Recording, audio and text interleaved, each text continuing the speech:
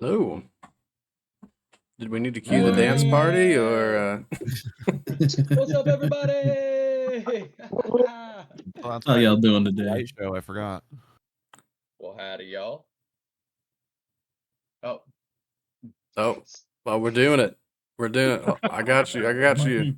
okay. Let's go. Let's do it. Let's do it.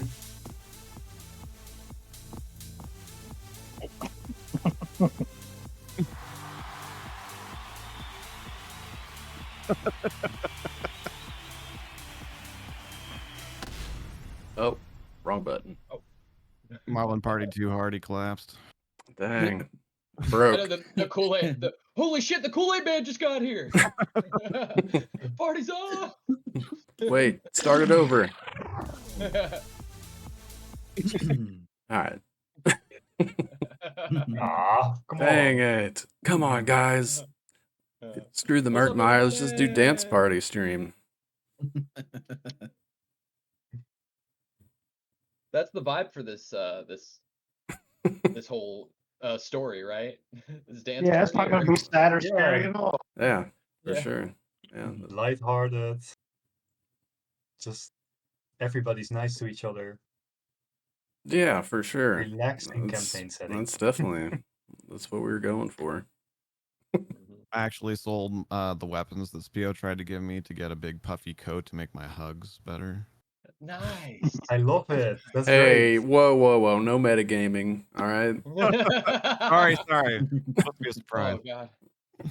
I was just about to tell you about my safe space sign and my free water that I hand out, but I guess I can't. You need to go to a tailor and get that special hug coat custom made. All right. It's going to take at least 2 weeks. Yeah. Oh, he didn't even roll. Oh. Oh, man. Gotta get him out of here. I'm just kidding. All right. Good to be here. Sorry we're a little late, fellas. My fault. Ladies and germs. No faults at all.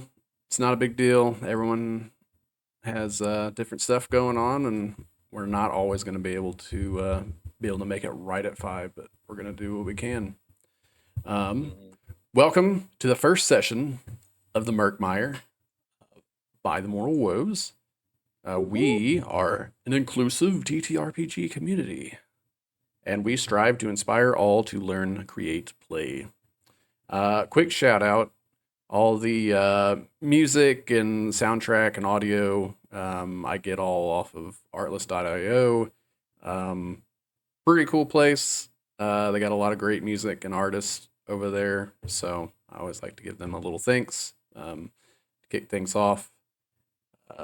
And I guess without further ado, let's go ahead and get some introductions done. I guess to start off, I am Spio. I will be your dungeon master for this evening. And who else we got? Let's go ahead and share who we are and who we're playing today. You want to start left or right on the from the characters down here? Whoever wants to go. I like that idea. Why don't we have Marlon start? Yeah, I like that idea too. Good. Fine by me. Marlon. You said Marlon? Marlon. Yeah. Marlon. Hi, I'm Multiclass Chad. I'll be playing Marlon Bishop, living I'll be fantasizing about a in real life dream of being a business owner. I'll be playing a bartender. Yeah. Nice.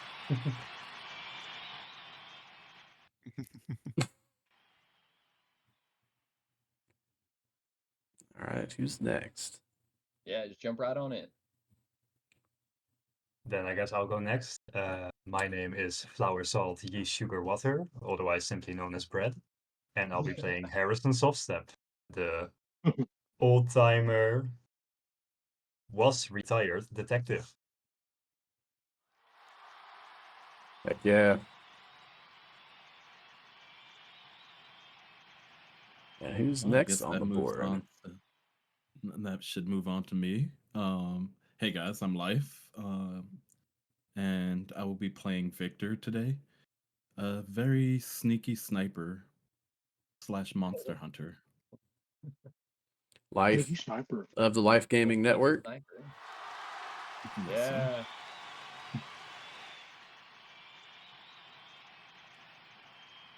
Yeah. Life.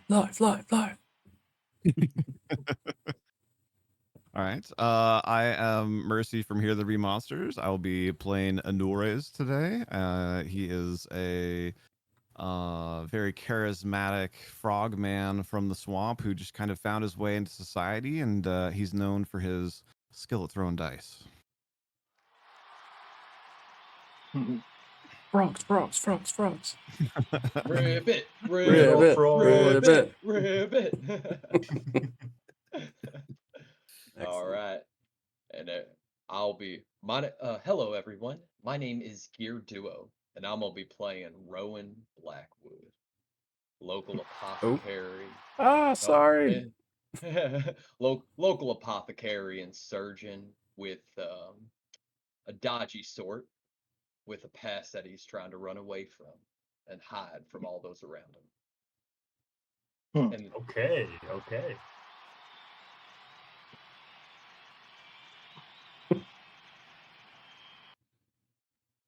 All right. Let's go ahead and cue the music. Oh.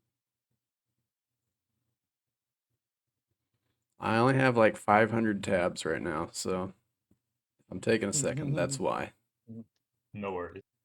we've only been working on this for 6 months. Yeah, we've been working on this for Jeez, such a long Theo, time. freaking idiot. No, no, hey. This is Whoa, a whoa, personal- whoa. No, this is a safe space. No negative self-talk. Everybody in chat, tell Spio he's great. I can't read chat. I didn't need to be in chat for that. Spio's awesome. Thanks. Yeah. Had to reload my Foundry. It was being weird. Hopefully that didn't break anything. It should not.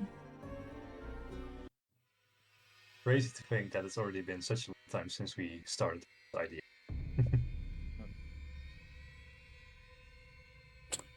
All right. So we are going to start off.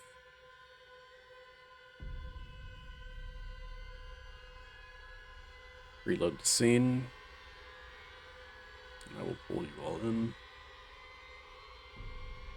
Let me know when your Foundry's loaded. Or when it's reloaded, and I'll get you in here. Good to go. Chilling at 98%. I might refresh it. Oh, never mind. There it went. We're good. Okay. Thing about Foundry, just give her a little time. So.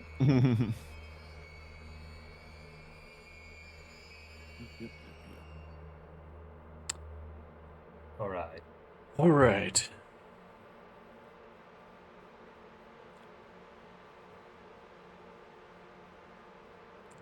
Always beginning in darkness.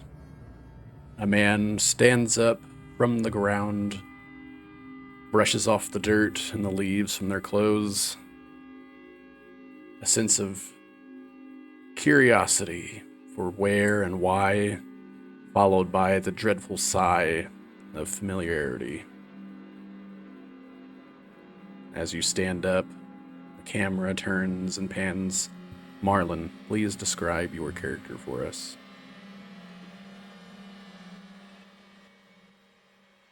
You see a very short half-elf man, very pale features, a little bit of a point to his ears. He's wearing a flat cap, a heavy leather vest, heavy leather coat with a rifle slung over his shoulder, and a revolver on his side. He has white hair that's been slicked back, and like I said, tucked underneath a flat cap.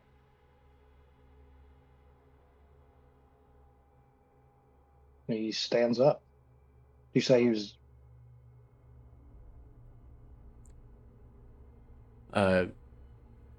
You find yourself in darkness, and you stand up from the ground.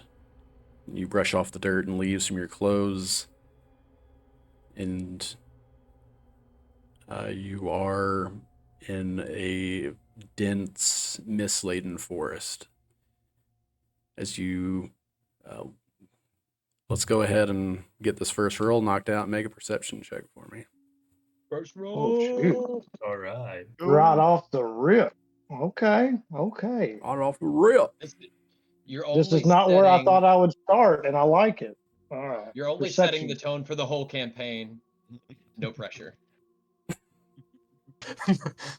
No pressure at all. I'm assuming everyone can Yeah. see this scene, correct? Just Yes. haven't been Somebody checking somebody it in chat just asked for a nat 1. out. That one, I please. may have got you. Oh, 14. Literary people out there, what is the antonym for inspiration? Be like demotivation or something. Mm-hmm. Yeah. Inspiration. Yeah. Could we get points for those? So that way, redeemable points. Depression. Evan, Is it can we depression? get that? I think it's just depression, right? Oh, okay. Yeah. Well, I don't know if we want to do that. You have one I'm not on extra Twitch. point. Who said that? Who said that on Twitch? 14. Okay. 14. As you look around, you see twisted branches and trees reaching out towards you like skeletal fingers, old, ancient. The air is thick. You get the scent of damp earth, something faintly metallic. You can feel it. You can like almost taste it, like in the back of your throat. And as you look down, you almost see this pathway that the branches form, almost like an arcing tunnel. And you can see it almost looks like there's someone off into the distance, but you can't see from where you're at. It's too far away, and there's between the mist and the fog, slowly sweeping through and making its way through the branches and the path itself. It's just too hard to see. And then for a moment, a little gust of wind kind of picks up. You see the leaves begin to kind of bounce up and trickle towards you from the path, and a singular leaf lands on your shoe.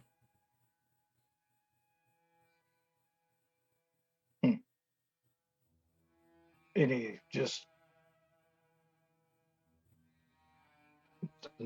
looks at the leaf for just a second. Kind of gives a glance around. Do I know how I got here? You do not. Arlen, what have you got yourself into this time? And I'll pull my rifle around. I'll try to put another round in the tube of my lever action rifle. It's topped off. You go I'll to stick- reach back for your rifle, and it's not there. What? And I'll quickly look at my hip. Is my pistol there? It's not. You are unarmed. My No. pack isn't on. Your pack is gone.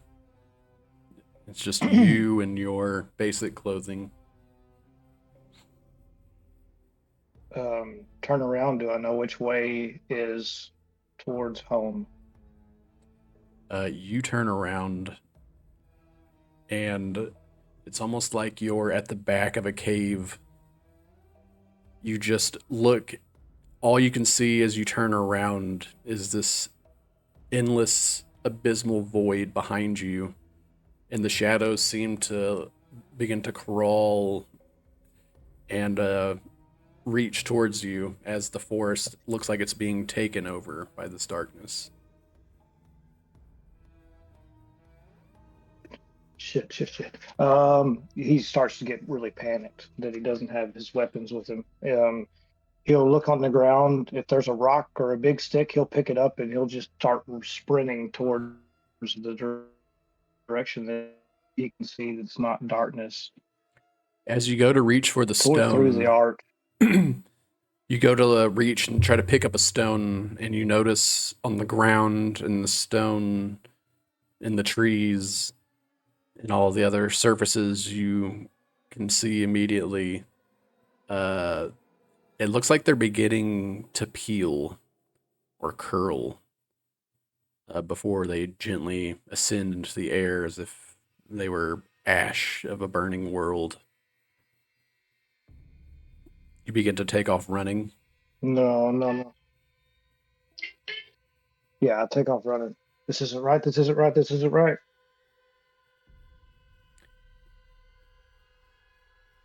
As you begin to take off running, you momentarily lose your sense of hearing of everything else around you, because the only thing that you can hear is your heart beating so intensely. You can feel almost beginning to come out of your chest.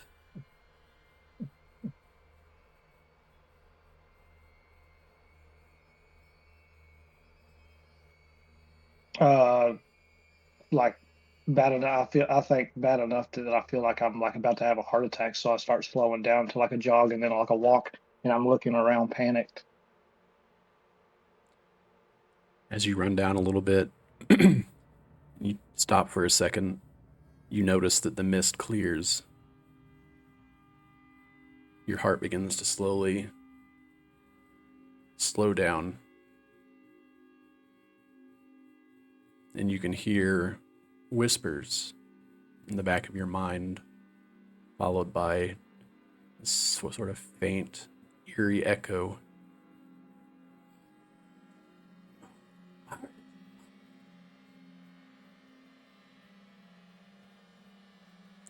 Go ahead and make a wisdom save for me.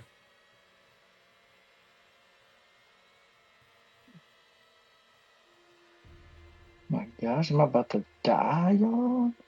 You said a wisdom Yes, please. save?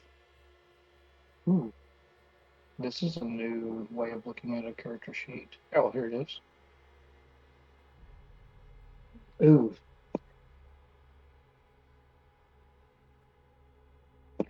A 3. What does it mean? As the whispers echo through your mind, you were terrified. You drop to your knees and you sort of stare blankly out before you. You notice that the fog and the mist kind of give way, and you begin to see the terrain kind of fall off before you, like an edge of a cliff.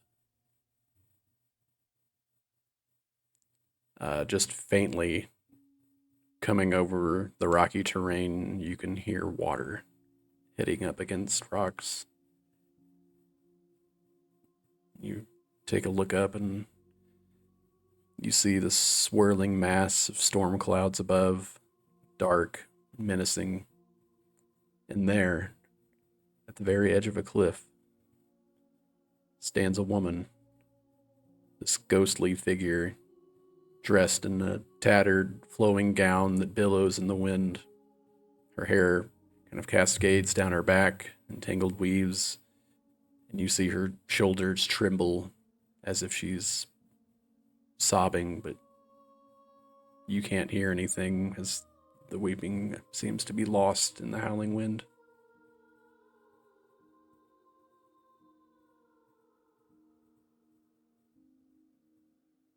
this figure look familiar. They do look familiar, as you notice that they stand at the cliff here and seem to be lost in their own sorrow, as if the weight of the world is crushing them. They wipe their eyes, and for a moment, you notice that they finally look back towards you, and you see that it's Penny. You see a face, just like a mix of anguish, but also serenity. You see, it looks like tears have been running down, kind of smearing the black down from her eyes.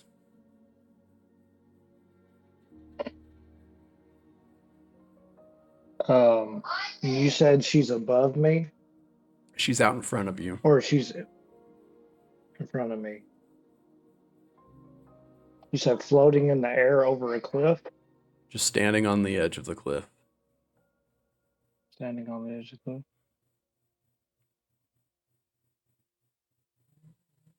If can I get up and move towards her?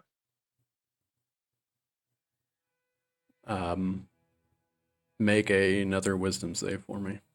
The button press when reset it said something went wrong and now The trembling in your legs begins to weaken, and you find strength once more. You try to take a step forward, and you find yourself able to move. Yeah, like shaking legs, stand up, and I start running towards her. Mom, hey, I've been looking everywhere for you. And I try to get as close to her as I can, like reach out to her. I'd say you're probably about 100 feet from her, so there's definitely a little run here. As you begin to run towards her, you see her kind of like dab her eyes a little bit, and with the handkerchief in between a couple fingers, she reaches out, almost waiting to grab a hand from you.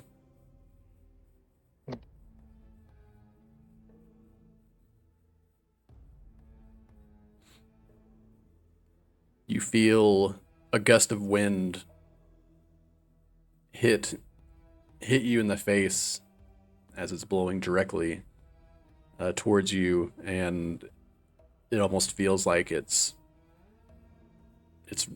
trying to resist you from reaching her.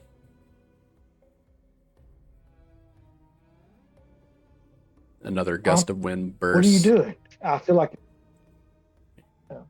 Go ahead. it's coming from her. Like, do I feel like she's trying to stop me from getting to her? I wouldn't say that you would get that feeling, or you wouldn't know. Okay. Yeah, I just keep trying to like I start still kind of shaky legs. I feel like it almost brings me to a stop the wind, and I just keep kind of like struggling forward and like holding my hand up to try to block it from my face, squinting, moving towards her. Another gust of wind, and her handkerchief leaves her fingers, and you see it like spiraling, almost like in the wind, like the vortex. It's blowing you back. Reach out and try to catch the handkerchief. Like it's almost slips between your fingers, but you reach out and grab it.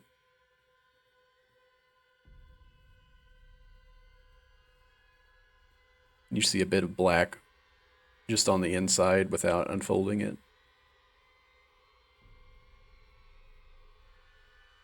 I see what now? Say it again. You can see like a streak of black just from it like being folded over, like coming out from the inside.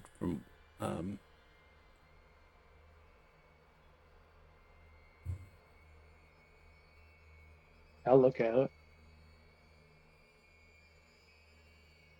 You open it up, the gust of wind kind of blowing your clothes back. You have to kind of like prop it open with your hands and stretch it apart a little bit.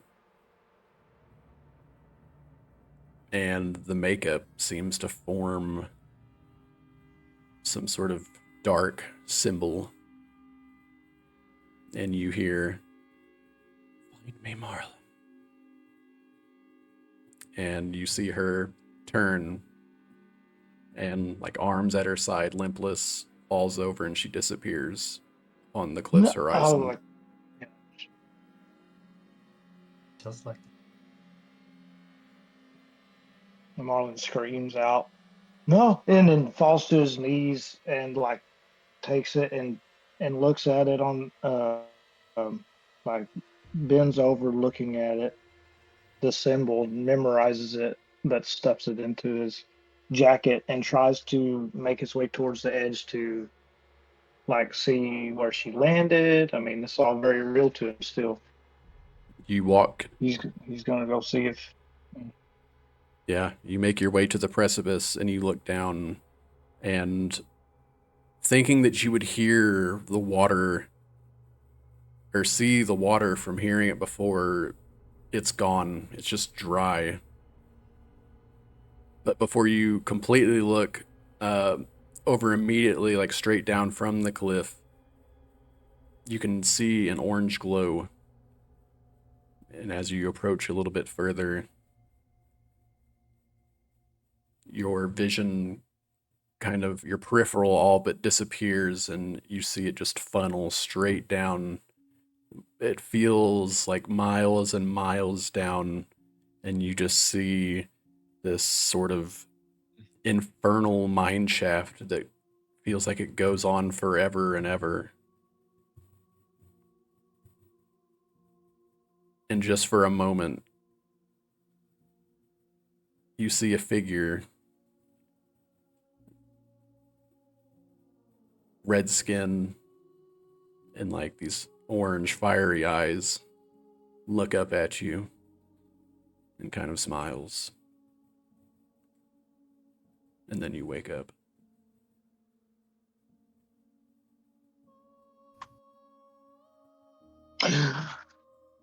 Look around. Is my uncle? Where am I? You kind of sit up, head sweating. You're laying on the red velvet chase lounge that's in the back room of the bar. You and Bobo kind of use that as like just like a little nap thing when you're taking turns doing shifts. It's just a small little room, usually used for storage, but you guys have like a little makeshift sleeper there. I think Marlon gets up and he's just like ghost white, clammy, and nauseous, and he'll get up and run behind the bar and grab a trash can, throw up, then like wipe his mouth off. Is Bobo there? Well, so you're like in an enclosed room, actually. So you're like in a Okay, small okay. storage. And then there's like a little waste bin next to the couch there. And then you got some okay. shelves around you on this side. And then out in front of you, there's a door that leads directly behind the bar itself. Gotcha. Yeah, I'll, like I said, throw up in the trash can, kind of wipe myself off, try to like slick my hair back. I don't have any. I just have a white shirt on and just a pair of pants. Don't have any of my gear on me or anything. And I go out from behind, open the door, go into the bar, and immediately go to the sink and like splash water on my face. And I'm just like patting my face down and open my eyes and try to catch a Bobo. Okay.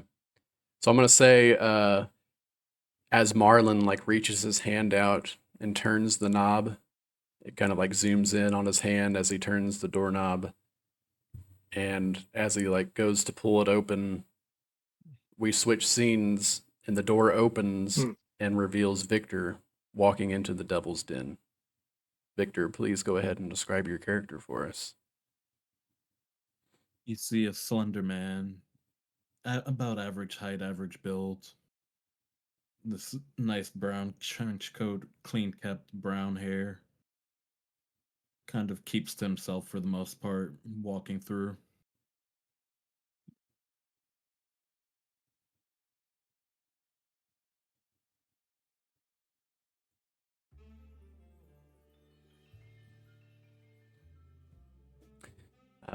As you enter, you see the familiar clientele, a mix of rough types, shady figures, people hunched over their drinks, eyes kind of darting around nervously, femme fatales with red lipstick, whispering secrets over the rim of their glasses.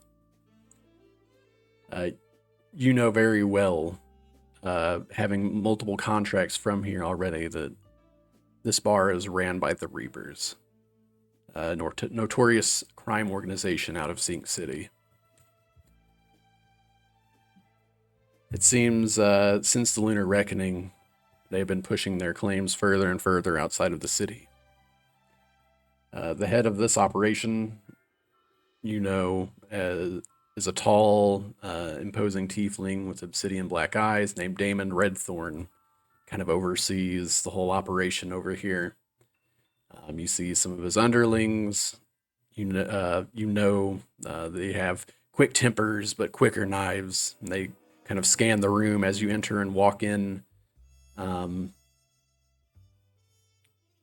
as you're walking through, you look down and you see Dimitri, your contact, in the corner of the room. I'll quietly, while keeping an eye on the shadier people, make my way over to Damien.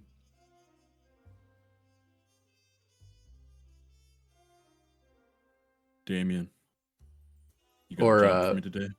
It would be Dimitri, sorry. All right, Dimitri. Dimitri, you got a job for me today?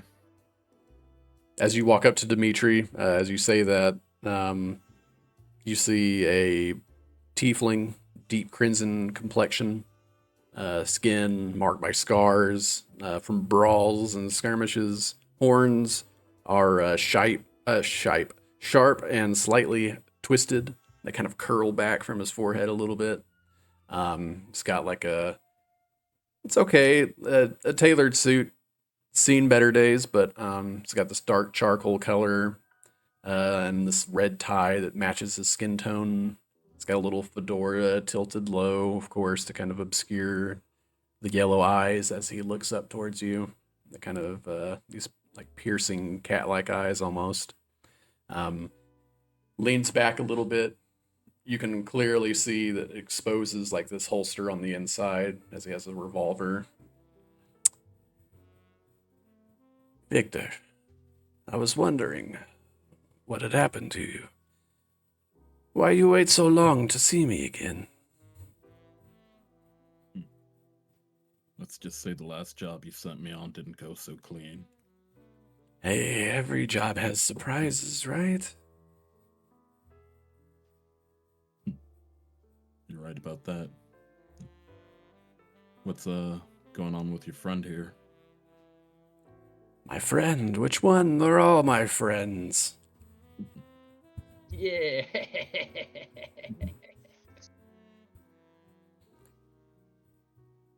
Mr. Brimstone and Fire over here, and nod my head over to the tiefling. When you talk about how messy the last job was, you definitely get like the imagery in your head is messy. Like information was left out.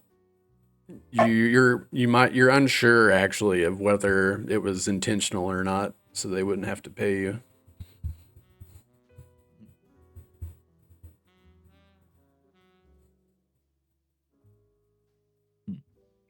So, you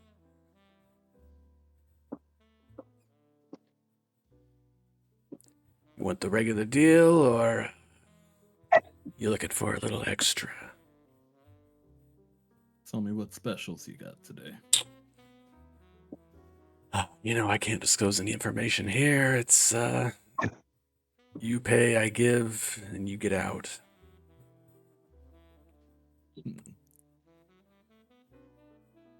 He taps like this big, thick cigar and takes a drink of a glass of some sort of brown liquid. Unsure what it might be. Or you have a good idea of what it might be, but... It's not... It's Coca-Cola. Not sponsored by. You see him... go ahead. I sling a small pouch of 5 gold onto the table. Make sure all the information's there this time. It's there. Come on, Victor. We wouldn't steer you wrong, would we? Right, boys? And he looks over, kind of nods, and you see this room in the back corner, kind of across from where you're at, on the other side of the bar here. It's got this red curtain kind of draped in front of it that blocks the view, but below the curtain there's like, 1 to 2 feet exposed off the ground, and you just kind of see a couple legs to a chair and the bottom of a desk. And standing on each side of the doorway are these two pretty beefy hobgoblins, just standing there with their hands crossed.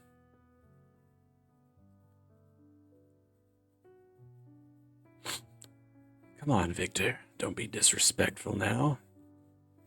My own place, my friends are listening. He ain't disrespecting you, boss, is he? Don't worry. Disrespect is the last thing you need to worry about for me. I turn away and begin to walk out. You hear a whistle in the back of the room. And you see another person stand up from like the edge of the bar as you're like trying to head out the door, steps out into the walkway. Boss wants to speak with you. I was hoping to avoid trouble today. All right. As like he steps out in front of you, he's got like this billy club. He like slaps in his hand, incentivizing you to turn around and head back towards Damon's office, which is the one that's blocked by the red curtains. I'll make my way to his office. Trying not to stir any more attention to myself. You walk by, the two hobgoblins kind of step aside, and as you walk in, they kind of follow in behind you. You see a large open desk. The music from the bar kind of dampens as you walk behind the curtains. You see this nice desk lamp, gold trays on the tables, with like half-open box of imported cigars, hand-rolled cigarettes. You see this platinum scale just for decoration, but you do see some like remnants of powder on it. And you step through, and you see the top of Damon's head leaned over, and you just hear this as he raises up, like wipes both sides of his nose. A little remnant of white powder on each side. And he reaches in his inner pocket, pulls out a case, cigarette.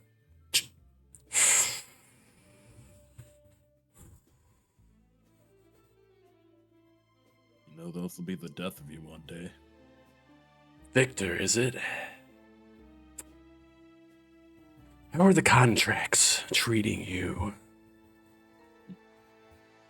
Some have been a hit.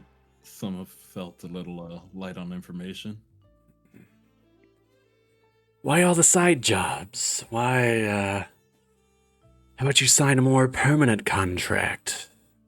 I'll make sure your pockets get filled. Money's not why I'm in this business. Yeah, that's what they all say. Until the money starts filling the pockets and they don't know what to do with it. Say, a little birdie told me that you work with Marlin. Is that true? What if it is? Yeah, I suppose you're right. What if it is true?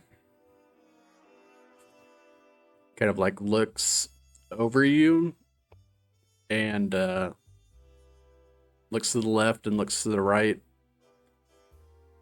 and you see like the glimpse out of your peripherals as the two hobgoblins come up behind you and begin like restraining you to the chair. Like one's got like his arm around your neck behind you. And Damon leaps over the desk, and as like your arms are bound to the arms of the chair, he like slams his hands on your forearms and grips really tight, and then like leans in almost to talk like into your ear. You know what I hate about most about Marlin? It's those filthy dogs on my side of the town. Mine. I don't care who his mother made deals with. I want them gone. And if he doesn't like it, tell him we'll give him a hand. And he kind of looks away for a minute.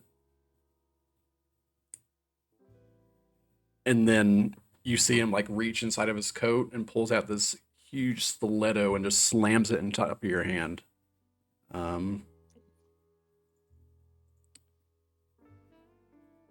You take 8 points of piercing damage as he like twists the blade sideways and your hand begins to bleed out profusely.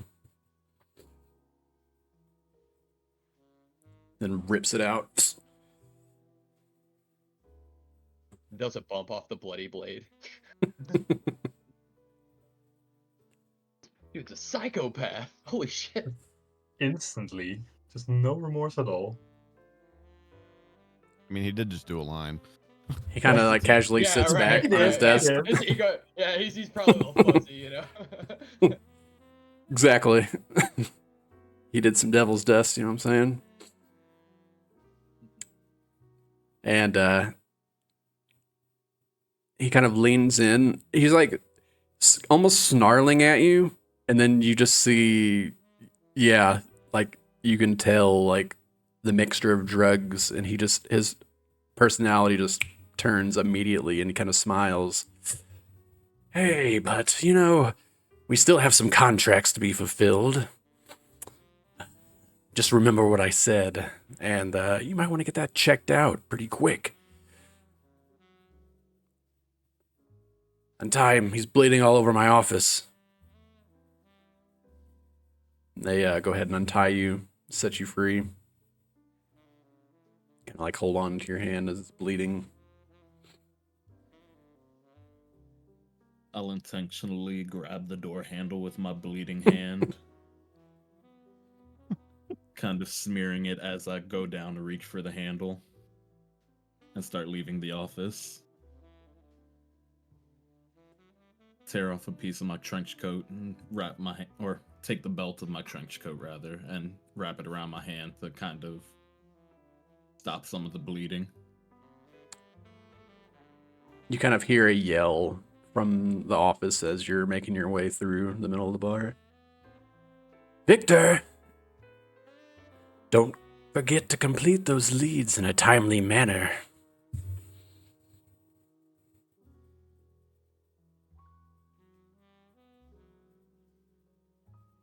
Don't worry, if the information's good, the job is done.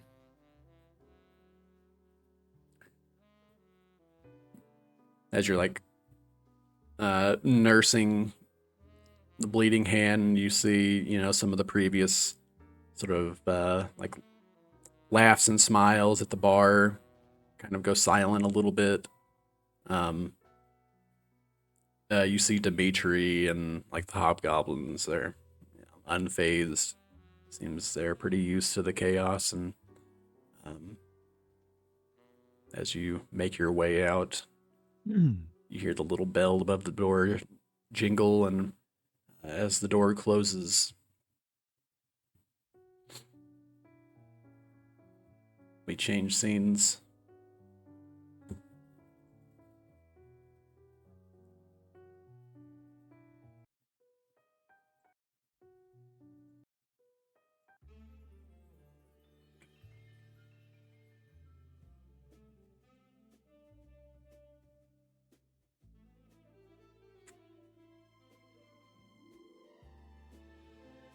Hell yeah, let's go. Oh. Good old high stakes Okay. poker game. What's up? Yeah.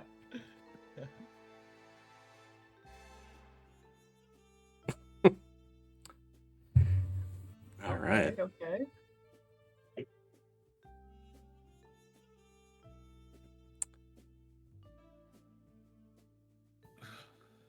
Within Bishop Square, the back poker room, You see this amber glow from the low hanging lamps casting shadows across the poker table, creating little pools of light that flicker over the worn cards and the glinting chips. Room is filled with the quiet murmur of conversations and the clinking of glasses. Bishop Square is in full swing tonight. Sitting over the table, Honoris, please describe your character for us.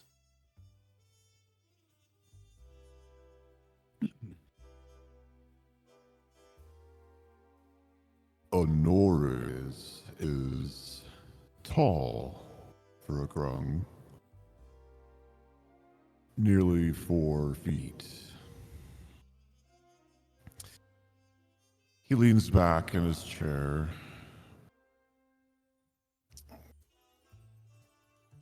fingers in his suspenders, and looks at his opponents. Is one uncomfortable? Is one too confident? Honoris's bluish-green hide flickers just a little.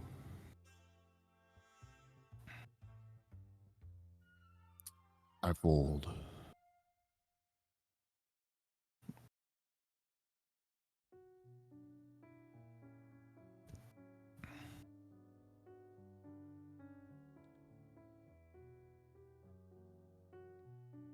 Let's see. The other players around the table are a mix of usual suspects. Men with hard eyes and poker faces, women with smiles, dangerous as the daggers tucked in their garters. Dogs barking in the background. If you guys heard the dogs. I think we heard him a little. The dogs are out on the streets outside of the poker table. Yeah. Dogs barking in the alley. Tonight, Honores, you're in the zone. Is it Lady Luck smiling on you? Or are you twisting her arm to make it so? As you're sitting around the table, you do hear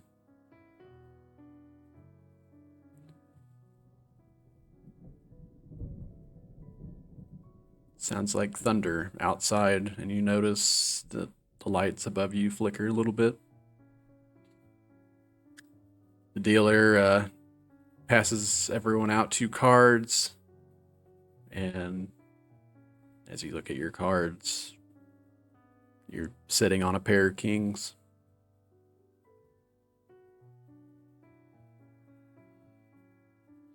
You see You know what you gotta do.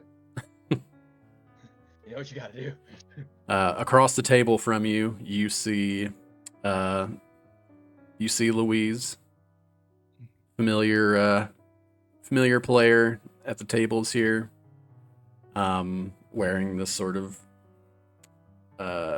extravagant dark gown here with the big hat, giant like flower on it. Got these like elbow length gloves as she you see her pull up her cards and gives you a little smile, looks over to her left and sees Norgathar, the half-orc,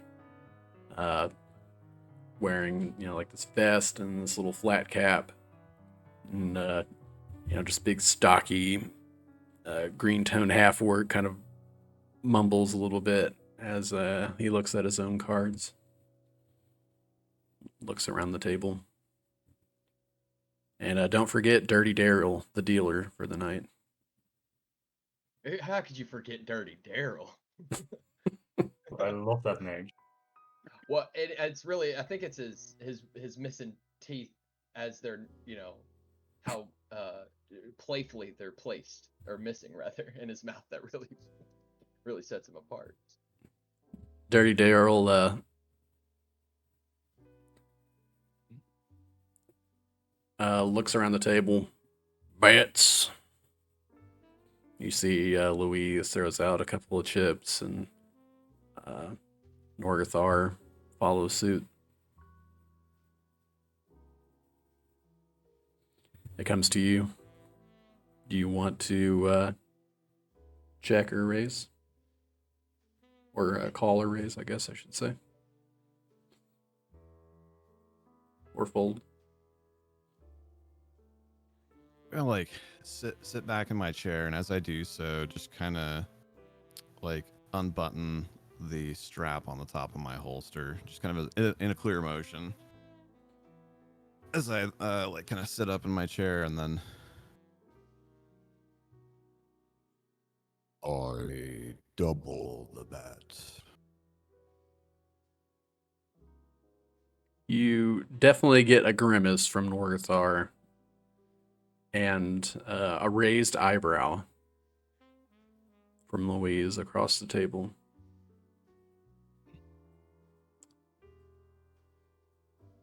As it's their turn to make the call to your raise, you see she just kind of stares at you for a second.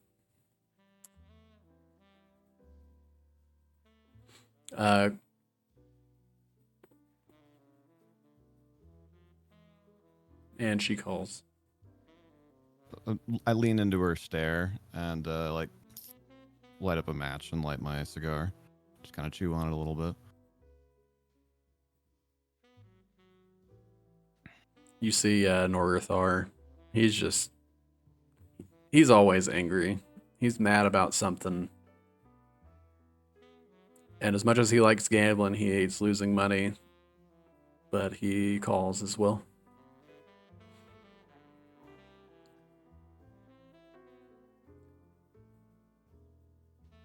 You see Dirty Daryl. Alright. Bet's in. Let me see if I'm do this right here. You see the King of Hearts. That's freaking sick that the cards actually work. Welcome to the big leagues. I didn't want to say, but I was like, oh, that's cool. That's really cool. As it goes around, Louise, you hear the knock of the wood as she checks. And then Norgathar also checks.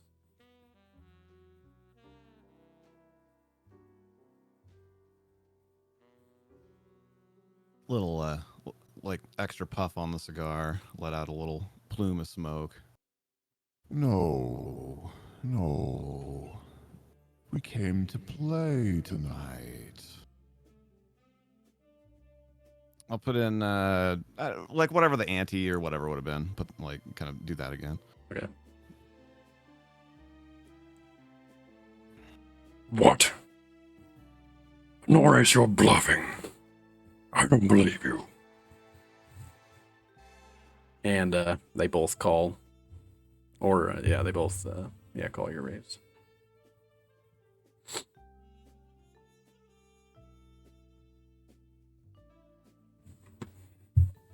You, afterwards, actually, I'll flip the next card first. Dirty Daryl gets at it. 10 of Hearts. And you see Louise across from the table, kind of, just what I needed. And she kind of stares in your direction, gives you like a little glance.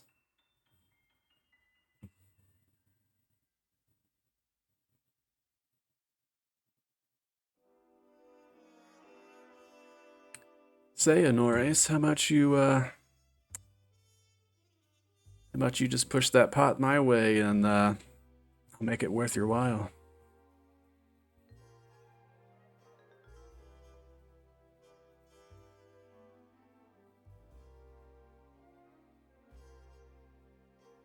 You have to give me something to go on. Is that, Bouncer. like finish the drink that I've been kind of Mm. sloshing around.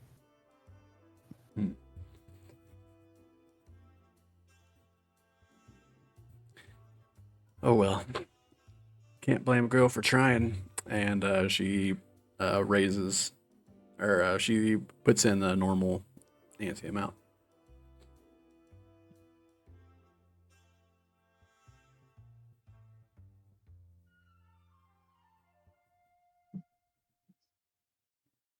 And then yeah, Norgathar follows suit. Follow suit. I see what you did there. Dun dun dun. That jokes.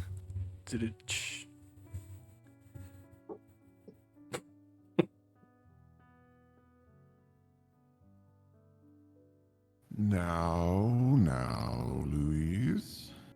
I didn't say no. I said you had to buy me a drink first.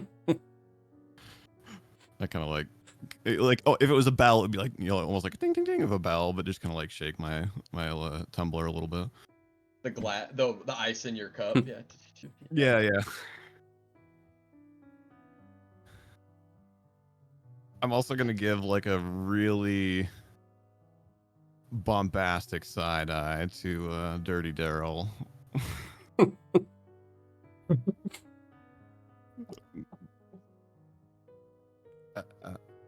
As I like slowly push my chips in as well. And I'm really eyeballing Daryl's hands as he's handling the deck. Got you. Yeah, Louise. Bobo. Another one for Honores on me. That's better.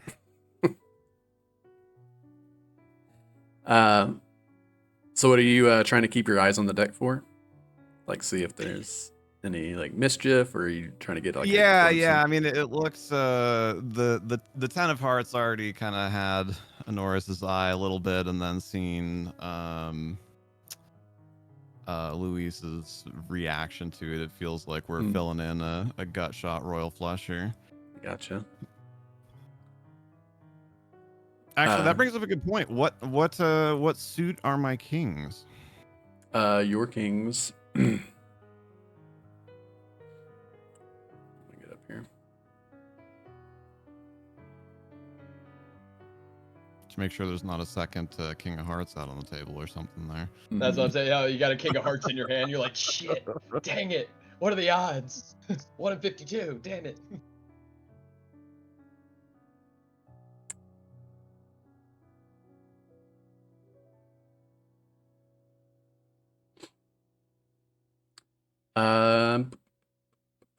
Spades, clubs, diamonds. Are Yeah. left.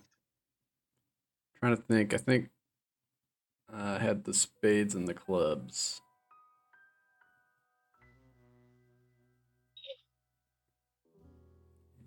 I thought I. So yeah, I'm just looking to see if he, make sure he's not dealing off the bottom of the deck or anything. Yeah, go ahead and make a perception check for me.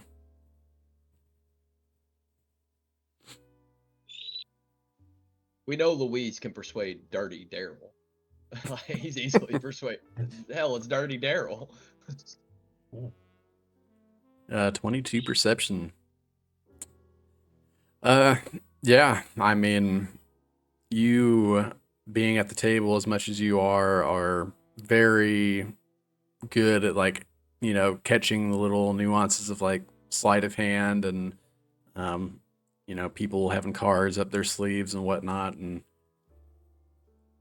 you get the feeling that Dirty Dan probably doesn't know how to do any of that. He seems pretty straightforward. He's here to make a couple of bucks, to take home. Wait, was it Dan? I wrote down Daryl. Yeah, it's Daryl. Dirty Dan SpongeBob. Wait, that's what we're playing. SpongeBob. This is Bikini Bottom, right? Yeah, the SpongeBob campaign. I'm gonna have to redo my whole character. Shit. Same here. All right, guys, redo campaign. Who wants to be Squidward? Me. But yeah, you don't get any.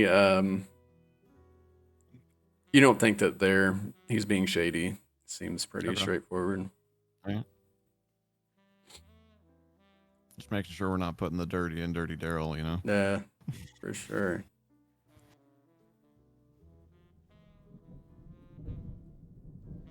You hear another roll of thunder from outside. You can feel like the boards beneath your feet kind of vibrate a little bit with the low rumble. Once again, the lights flicker.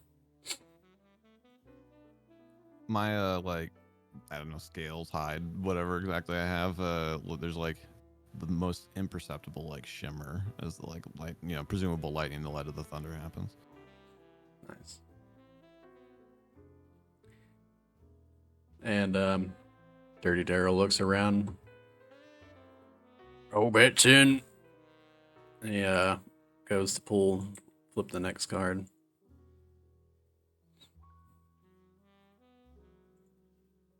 Ten of diamonds. Kind of looks at everyone, waiting for the last bet.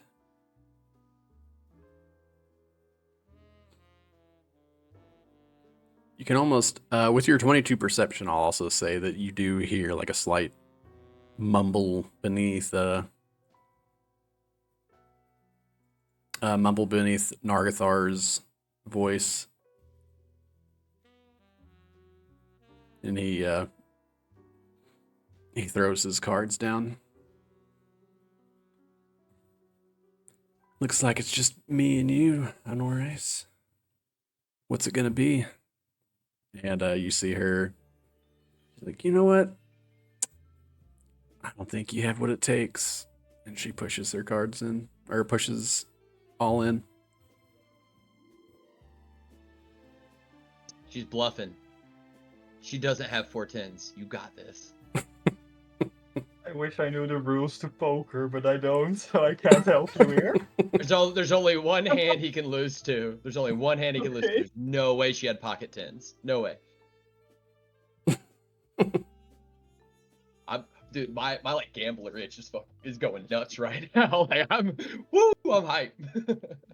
Like, You and me, like old times. Loser gets 2 drinks from the pot. and then I call her. She's like, fair enough. What drinks do you want? Just kind of like slowly waggle my finger at her and look at Daryl. All right, show him. And you see she lays down the 10 of clubs and an ace of spades. 3 tens.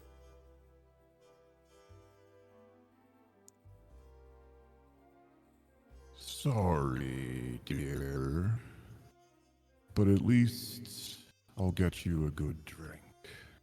And I like with like a great flourish, I like really slowly like flop my cards down onto the table. Damn you, Honores.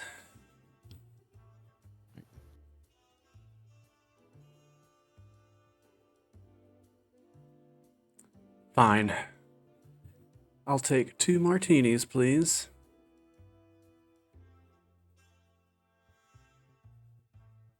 Fair enough. You see, 2 for me too. and Bobo, you see him behind the counter, begins making them up for you guys. And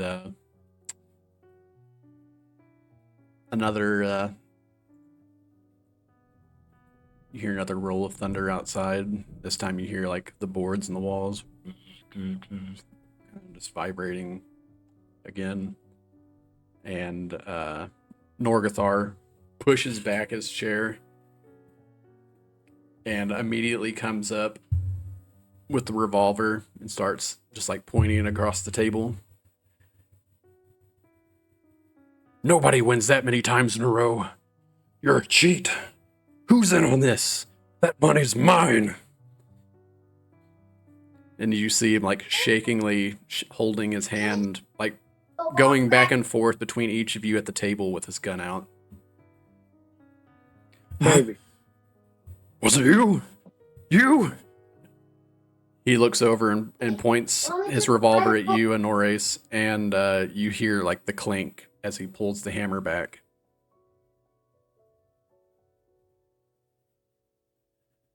Just like slowly stand up with my hands up.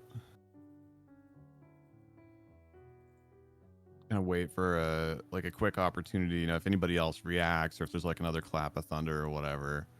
And then I'm gonna start talking, but kind of like try and put like a little bit more of like a rhythm to my voice, like looking really deeply into his eyes, and then I'm gonna cast Friends. So I'm like, now. You know I'm better than that.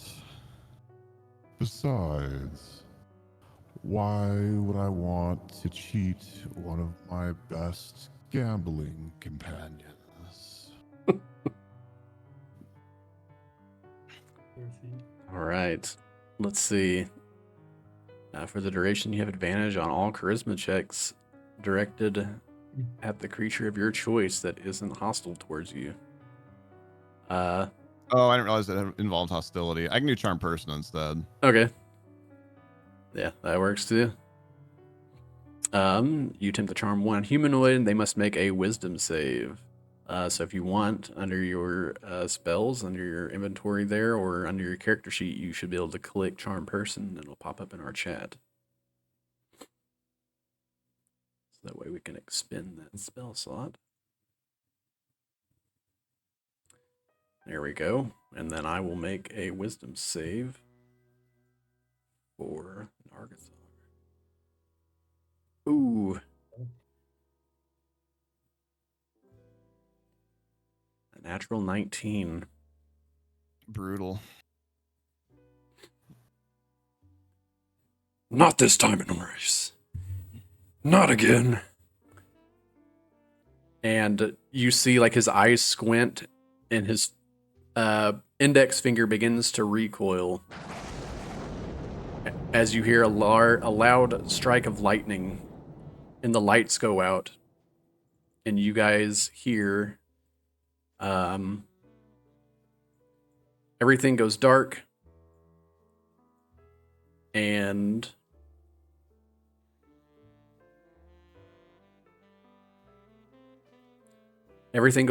you hear a loud gunshot go off. And that is where we will switch scenes as the lightning goes off. Where's the flash of light come from? Where does the flash of light come from? Yeah. Dun, dun, dun. What a cliffhanger. Sorry, I'm trying to get to the right scene here. Norgathar shot first, but Honora shot twice.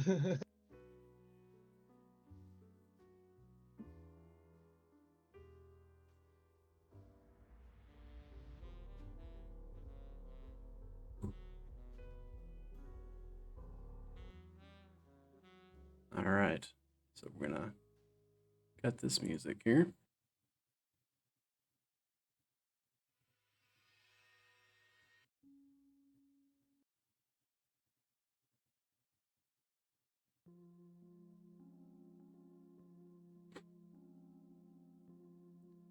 All right. So we find ourselves. I'm gonna switch scenes real quick so we can get off these tiny cameras for a bit.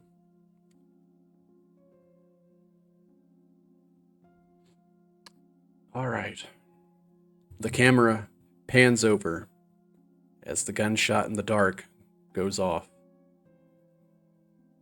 We find ourselves on 2nd Street.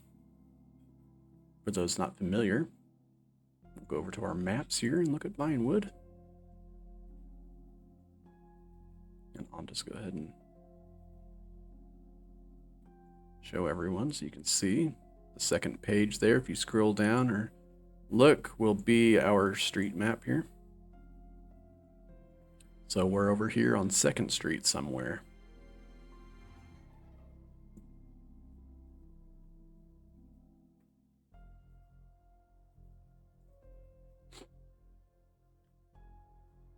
The city's nightscape stretches out before you. Dark in every corner, steeped in shadows that seem to breathe with the weight of the secrets.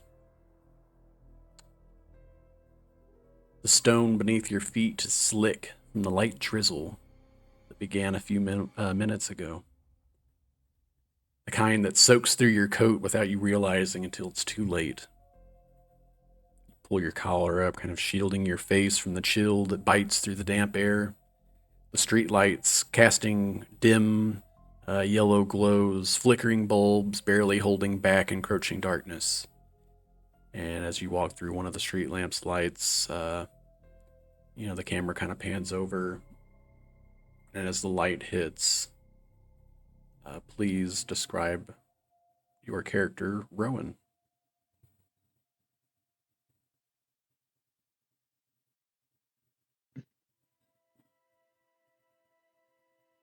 You see a gaunt,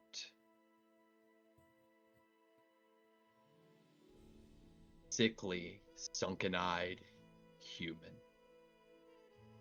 Shoulders slumped, dirty, simple clothing of simple person.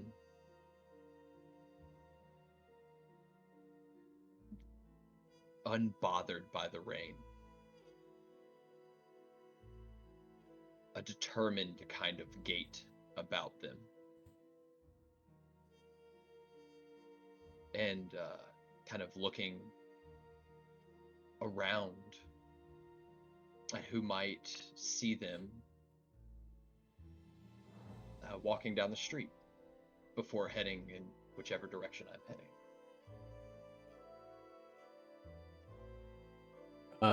You know that you are heading would be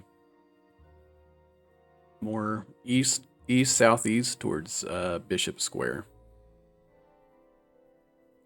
As you're kind of walking along, you notice that some of these buildings are kind of towering over you, facades stained with years of soot and grime, looming over these currently deserted streets at night. The air, you begin to smell, the scent of the fresh water and rain. You even get a faint little hint of inefficient combustion from Steel Row down on the south side, from the South Burbs, that far away. It seems to be coming up at this time. And something sour. As you're heading to Marlon's, you've known Marlon for a while.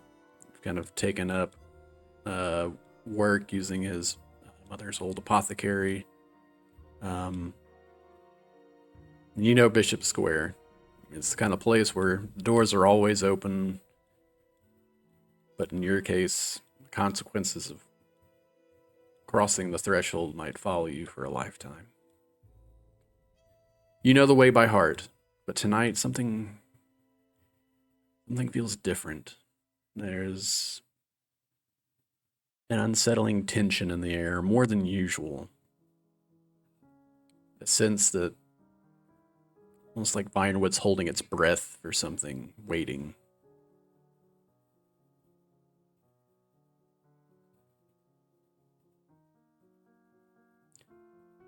As you walk, the drizzle turns to rain. You hear another series of thunder. You can see the faint flash in the sky, off into the distance over the rooftops of the town. The droplets begin to tap on your head, your shoulders. The ground completely saturated.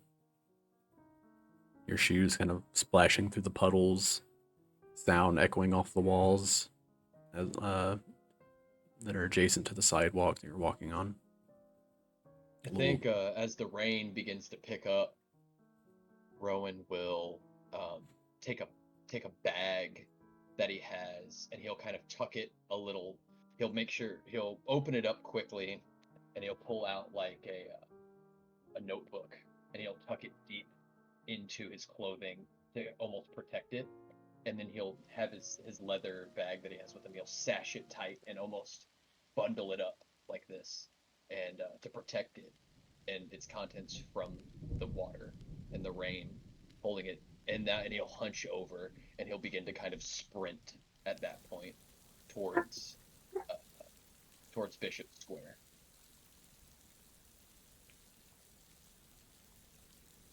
You begin to sprint.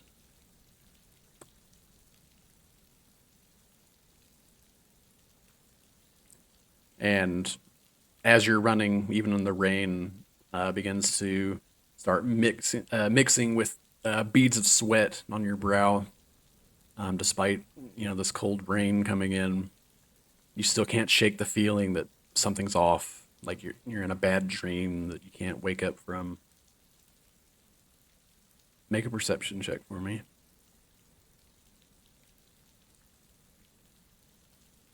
I can absolutely do that.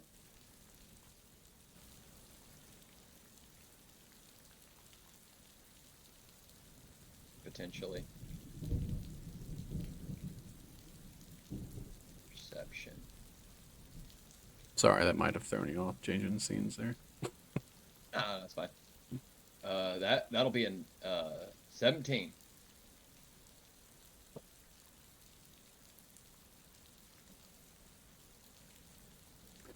$17.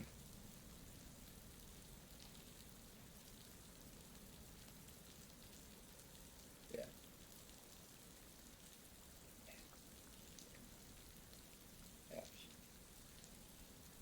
As you're running along, even amongst the thunder and the rain hitting against you, you hear something behind you. A soft, almost imperceptible sound, but with your 19,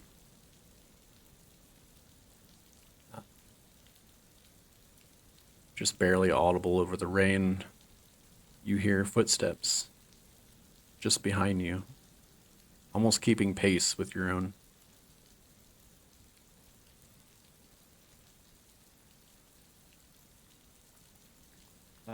I don't think Rowan kind of thinks to himself, all right, oh wait. Hey, Boxy Kid can get away from anybody, he thinks to himself. And I'll try to dart away through the alleys. Okay.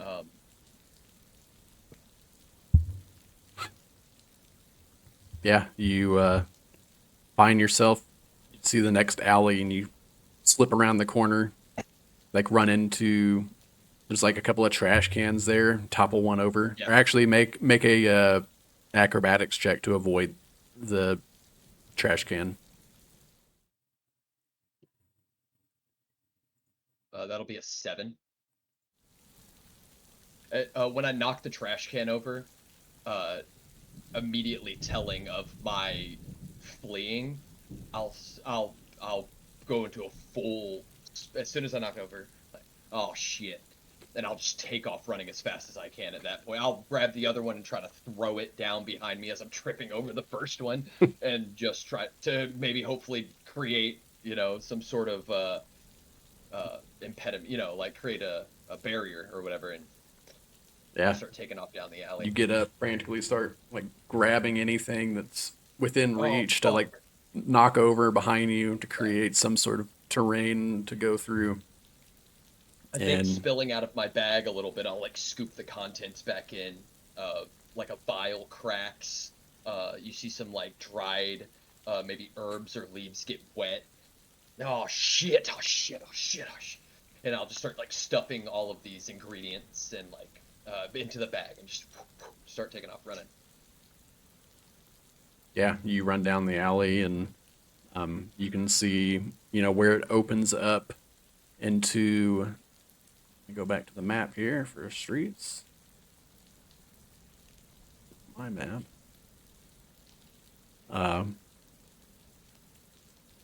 As you're heading down Second, we'll say that you kind of cut south into the next alley, heading towards the west side of Main Street that goes directly through the center of Vinewood. So you're kind of like running through this alley here. I'm gonna try to head for the Main Street Diner. I'm gonna try to zigzag, and then maybe if I can get enough distance. Awesome. I'm still not looking back at who's pursuing or whatever. I don't want to show my face to him, even like. Okay. Yeah. You take off running, and so you don't look behind you at all. You're just dashing full speed.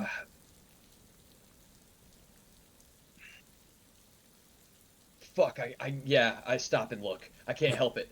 Who is it? I wait. I'll try to time a street light. So like I count the number of steps as I pass a street light.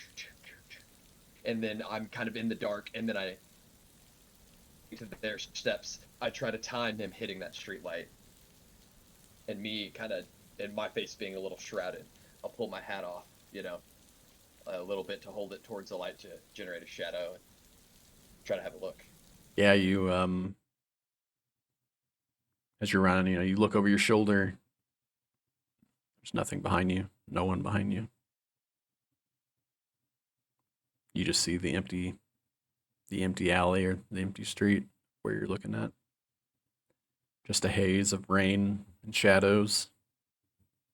But you still feel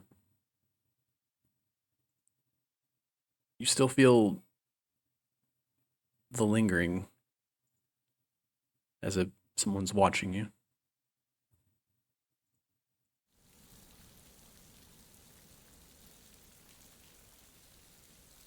Soon the dawn will break. The moon will set just like before. Lunara. Mother, watch over us. And I make like the sign of a crescent moon. And I'll kiss the symbol of Lunara.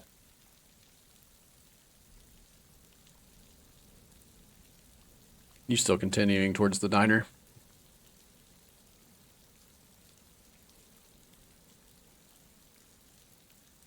No, it was all in my head, probably.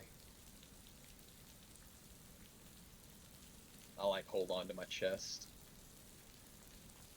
It's all in my head, probably. And I'll walk towards Marlin's. Okay. As you continue forward, still in heavy rain, with the occasional flash of the thunder. Again, the rolling thunder off into the distance. You see the flickering of the amber street lights as you walk by.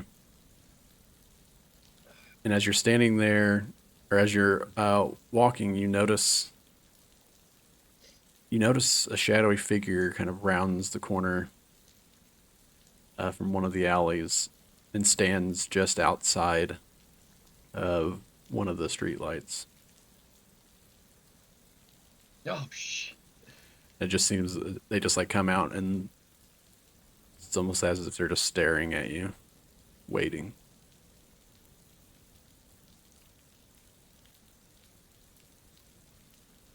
What do you want?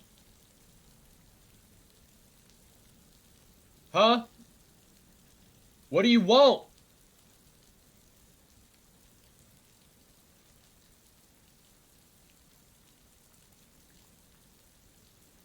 There's no response.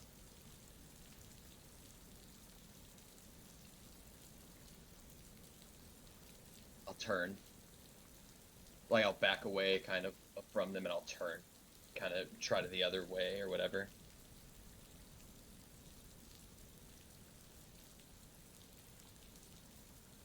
As you turn and kind of like look over your shoulder, you see the figure stand in the light a little bit. It goes from the shadow, revealing this figure trying to like hold their coat over a piece of paper, almost like they're reading a map. And as they do, as they step into the light, Harrison, as you're lost outside in the streets trying to find your way to Bishop Square, please describe your character as you step into the light. You follow me. Leave me alone. Well, you would see me as a Harangon, so the rabbit folk, and I am definitely getting a bit older in my years. I'm 63 years old already. I would have this ashy blonde coat. There's little patches of gray hairs kind of scattered about. Bit of a dull brown eye color. And then what I'm wearing, I'm just wearing a simple button-up t-shirt, white with little cream-colored streaks. A dark-colored leather coat. It's simple, but definitely a bit expensive. Yeah, I'm carrying my walking cane. And that's about all I have on me right now. You step into the light, try to get a little bit of light for your map, and you think you know where you're at. You can see the marking for Marlin's place. You've been there a couple of times, but you're still trying to get used to the city. You're more familiar with Sink City, of course. Trying to, get familiar with Vinewood a little bit. And as you're standing there, you kind of look up and you notice, like, as you came out of the alley, someone was walking towards you and then turned around and started walking away. Then also, as you're kind of standing there, I'll say with your... I did yell at them. Yeah. Yeah, that's true. Sorry, forgot about that. You hear someone yell at you. You said, "Who are you?" Or you can go ahead. I said, "What do you want? What do you want? What do you want from me?" I'm just so shocked at the sudden anger of this man. I just kind of stand there like, oh, not sure how to respond. I'm just kind of like frozen, like, oh.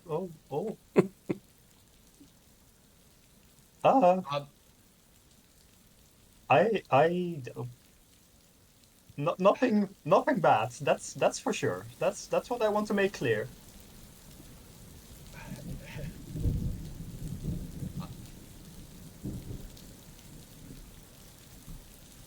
I'm just holding my hands up like this, like cane in hand, one like in one, and the other just like high up as well. Just like... Oh, I well, just I'm sorry. want some advice.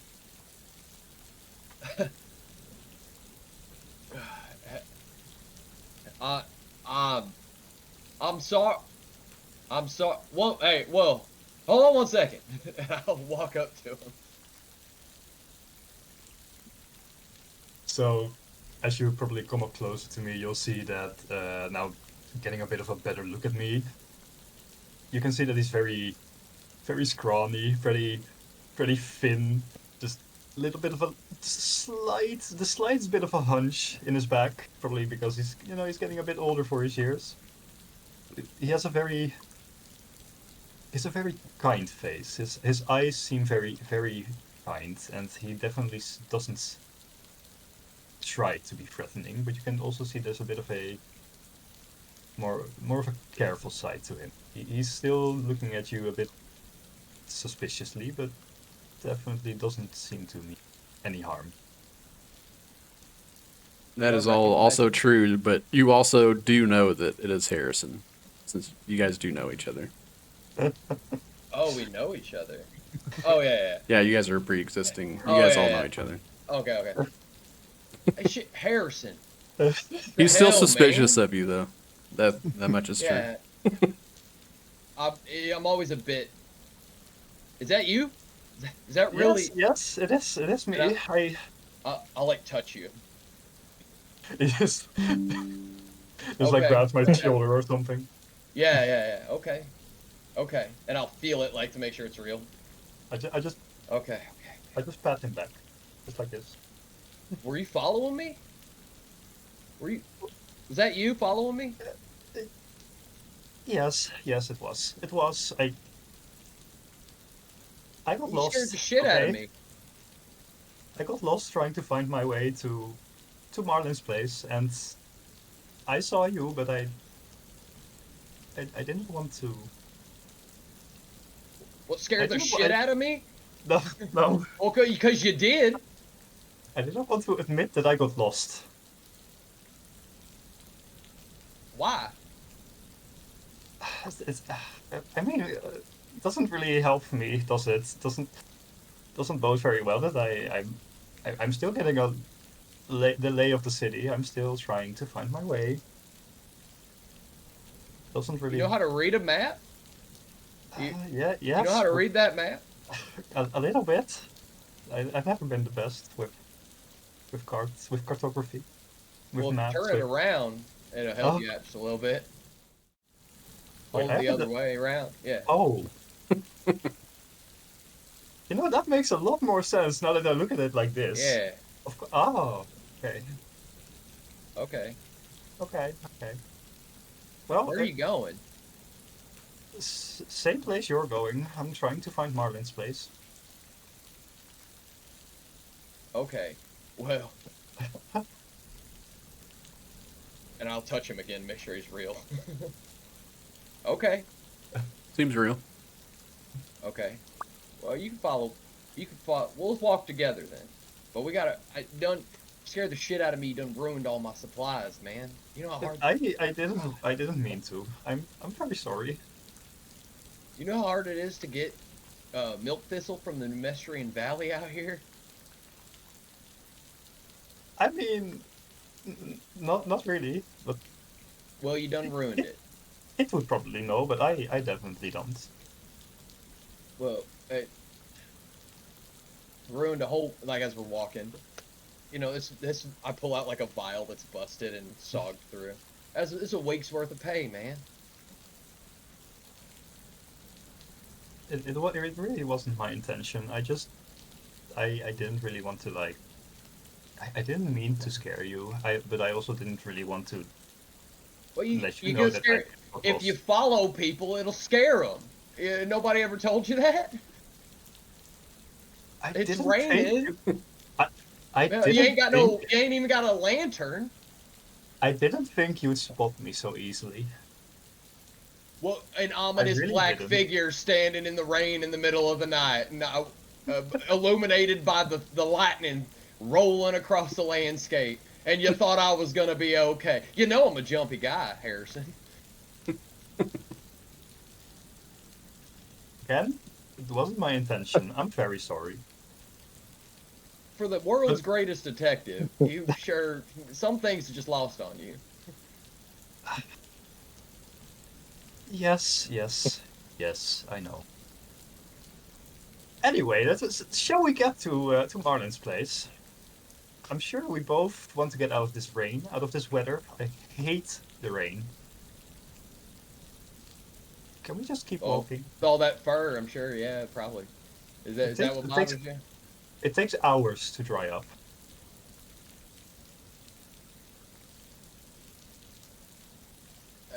Well, here, and I'll pull out like a bedroll or something, and I'll pull out like a little like waterproof something. Actually, here you go, and I'll give you my hat. Oh, thank you. That's very kind. Yeah. I don't mind getting wet, and I'll give him my hat to hold over for the rain. It kind of let my ears just like fall down, and I'm just like wearing the hat like this. It's like Yeah. it's very kind of you. Something didn't feel right tonight. You notice that? A little bit. It's like there's a different air about the city. I can't quite place it, but there's definitely something. It doesn't feel quite normal. Not that this place is anything normal, but different. Yeah, your friends scare the shit out of you, follow you around. You know. Yeah, hasn't happened to me yet. Again, sorry. Not that you've noticed. And I'll look around over my shoulder. Yeah, actually, Peek I always peek around like before we head into a new street. Yeah. Seems just like the haze from the rain and storms. as we're walking, can I just take a good look at Rowan? Like, how's he looking? Is he He looks still very? sick. Yeah. Looks sick. Yeah.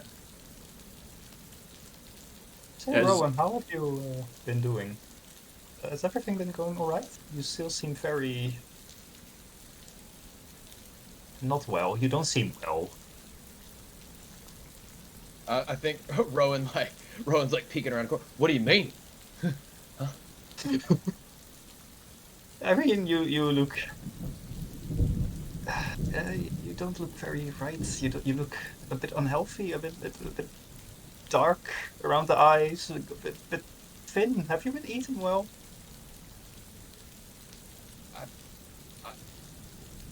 I mean, yeah, sure, yeah. It's just, a lot of pressure. I'm just working on a lot. Just working on a lot. Okay.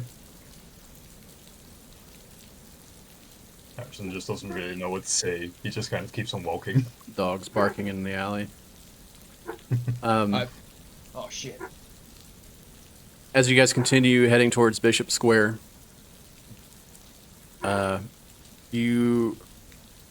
Rowan, you see on one of the street lamps, soaked but adhered still, a sign in bold letters on the top, along the top, says missing. You see a photo from a while back. Face seems very familiar. It says, you see, like, Rylan underneath. Please contact the Church of Lunera if you have any information. I'll just rip the sign down as we're walking by. I'll just rip it down, throw it in the gutter. It's, and I think with Harrison's perception, he'll know that, like,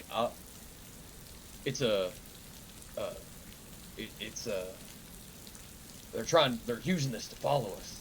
He'll make up some bullshit, like, conspiracy theory. Like, you can tell that he doesn't even believe it, but he's trying to act like he thinks it's a conspiracy. He rips it down and, like, throws it in the gutter. I just give ghetto him people. a small nod. I just give him a small nod. I'll acknowledge him, but I won't. I'm not gonna call out that I feel like it's a lie. I just acknowledge and I nod.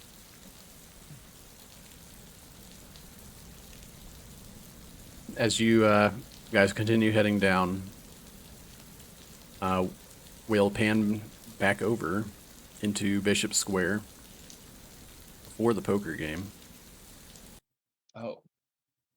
Okay, bit of a Ooh, little time jump. I love it. yeah.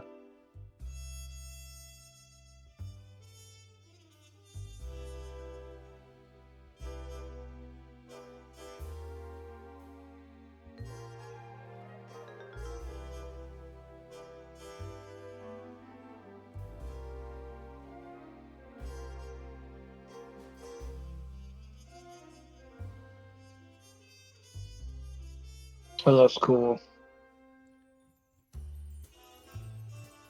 Marlin, we go back to the door opening, Hmm. and as you walk in to the official part of your bar, again after this recurring dream of yours,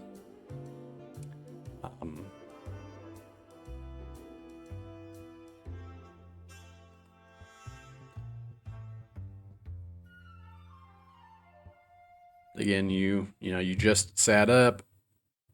You begin to enter. Walk into the room, to the bar, to be met with the familiar tunes and ambience of Bishop Square. You enter into the smoky. Sorry, turn that down a bit. You enter into the smoky yet somehow elegant interior. Bishop Square is a long, narrow room. Its walls covered in dark wood paneling, the varnish dulled by the years of tobacco smoke and whispered secrets. The low ceiling is crossed by heavy wooden beams, from which dim Art Deco style chandeliers hang, casting warm amber glows and piercing the smoky haze. The bar runs along one side of the room, long polished slab of mahogany that reflects the low light. Behind it, rows of bottles and labels obscured. And you see your uncle, Bobo, gnomish man, sharp vest. He's got his sleeves rolled up, moves with quiet efficiency. Very practiced, mixing drinks up very rapidly without question. And as he's mixing, his eyes kind of ever watchful, scanning the room with vigilance. I think I do have an image for Bobo.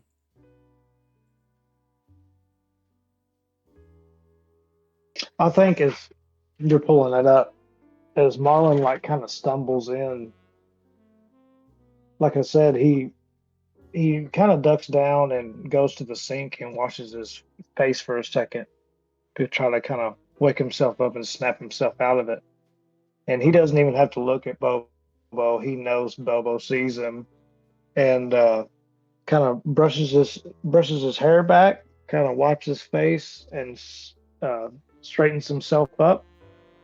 He catches Bobo's eyes just real quick before he turns around and he puts his apron on. He reaches behind where he has his apron hung up, grabs his pistol, and straps it to himself, and then he puts his apron over it and fastens it and walks towards Bobo. Marlon, up so soon? I thought you were trying to get some rest before this evening's shift. You're sweating. Is everything all right?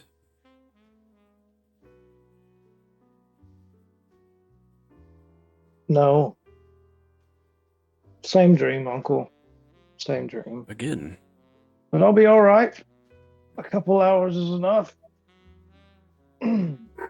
Exactly the Things same? that you'd like to do?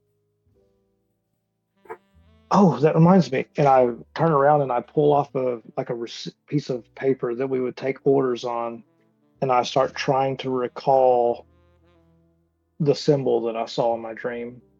Can I remember it? Make an intelligence check for me. Oh dear. To know whether or not, like, in a dream you don't actually it's not a real symbol. That, and you've been up for a little bit, and we all know the longer you're awake, the more you forget. That's very true. And you said intelligence? Yep. Just a straight intelligence? Okay. Correct. I should be able to just click on that. As you're trying to recall the symbol, you hear the dogs barking in the alley. Let's see. Okay, so I don't have proficiency in history. I'll just roll that instead. I can't find the. Ooh. 18, was it? As you begin writing down the symbol, the best you can recall, you initially draw a very elongated upside down triangle for the first part. Something also notable is 3 lines that pierce through the center of it. One goes up straight, and then the other 2 down at 45-degree angles. So it's almost like an upside down Y in the center of an upside down triangle.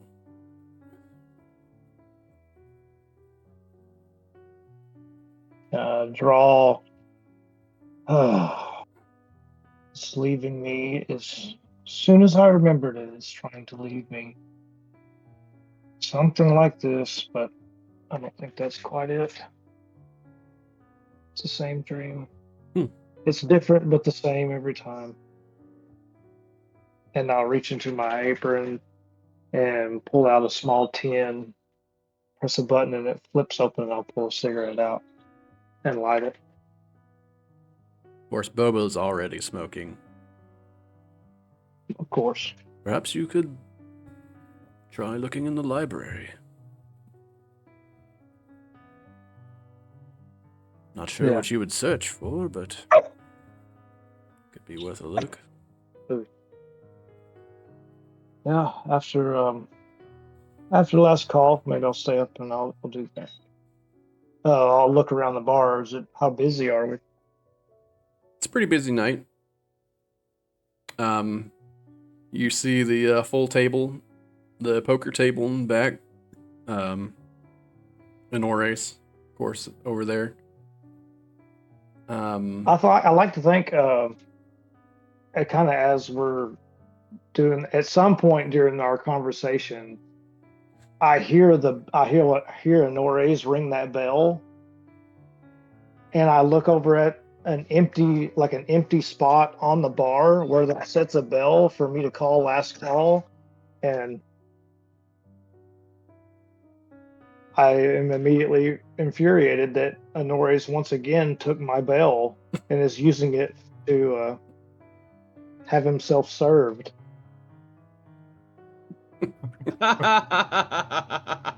Very nice. But I do pour myself a shot quickly. Okay. Take it. Also, Thank you, Uncle. You see at the other end of the bar, and Bobo. By the way, Victor came in not too long ago. He brought in the Victor? usual leads, of course. Seems he hurt his hand. She's still here. He's just over there. And you see him at the end of the bar. I see him all wrapped up. See his hand all wrapped up. Yeah, and Bobo's I'll go towards Victor. Victor. Oh, sorry. No, you're Sorry. good. Good. What is it, Marlon? I'll grab a glass that needs to be wiped out. That's already been rinsed off. Is showing spots. Take a cloth. I'll be drying it off on the inside. Victor, what happened there? Look at your hand. Oh, just a small message from the Devil's Den.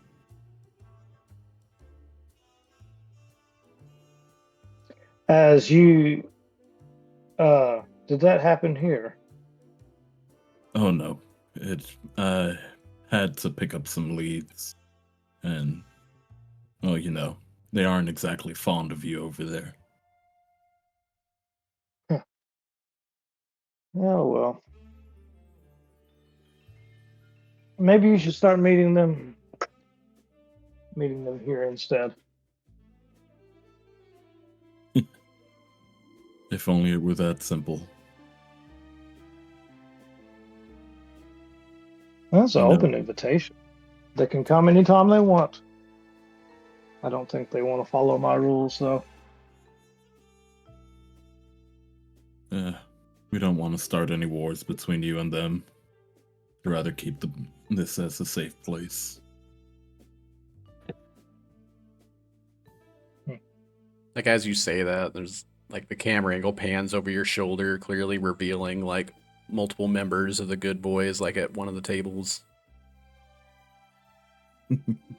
Now, the Devil's Den, I'll have to look and see what that was. Unless you want to remind me. The Devil's Den is one of the Reaper's own bars up in the north side of town. Okay.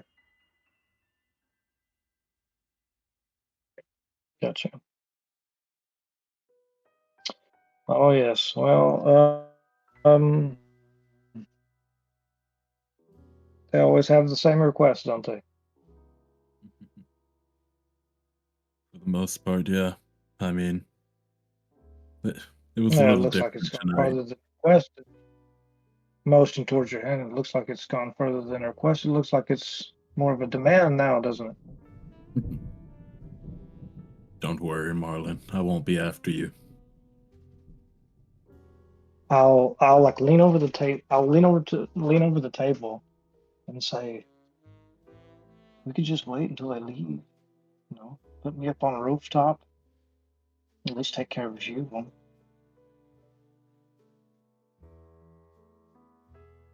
No, I have other plans for these nuisances.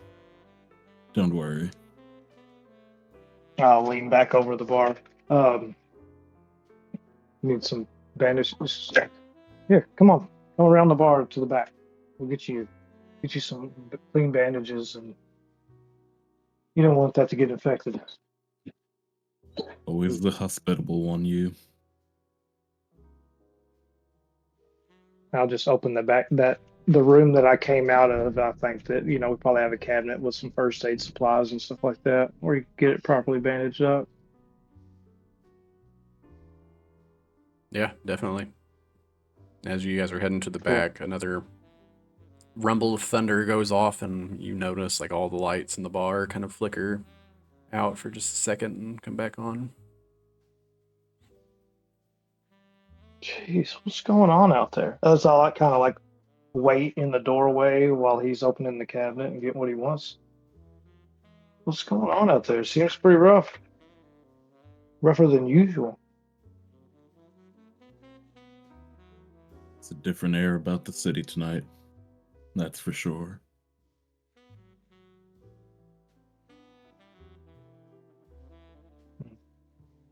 Oh, sorry. I'll be back to check on you here in a minute there, Victor. And sorry, Bobo. I'm sorry. I'll get some of these and I'll start taking some tickets down and fixing some of the drinks that he has that he's backed up on.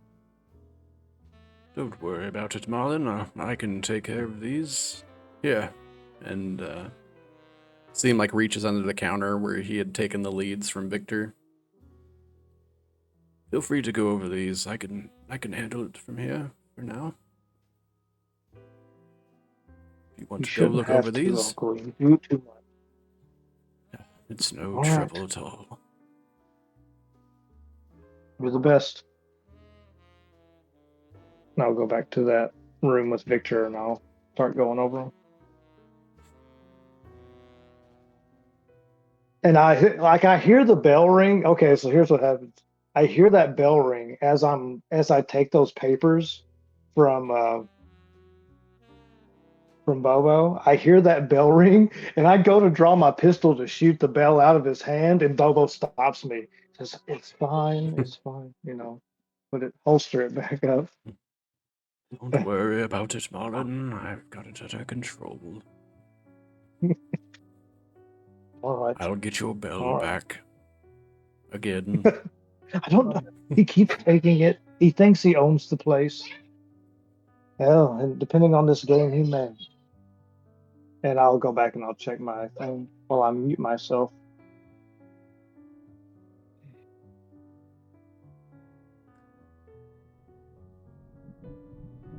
Another low rumble, a little bit more tense, knowingly representing the fact that the storm seems to get closer.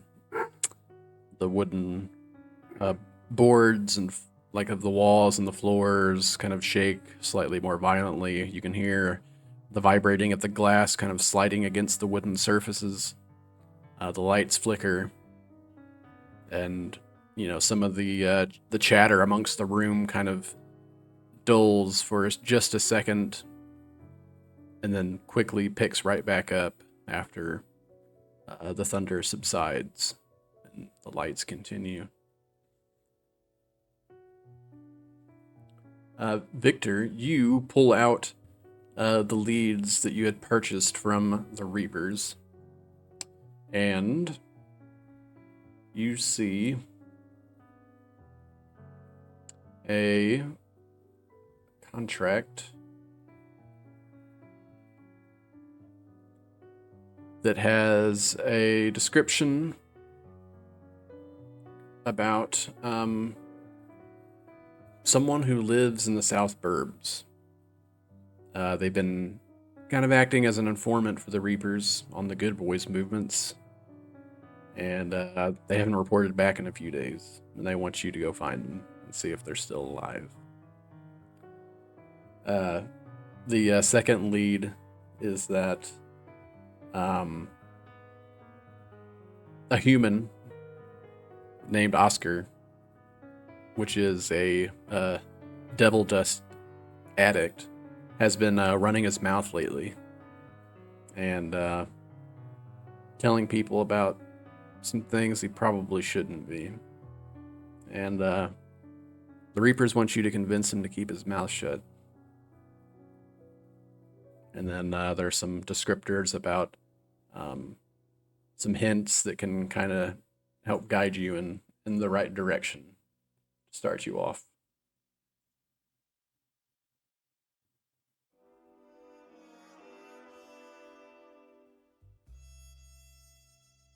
Well, we don't want them having any more information on the Good Boys. Let's go shut this man up.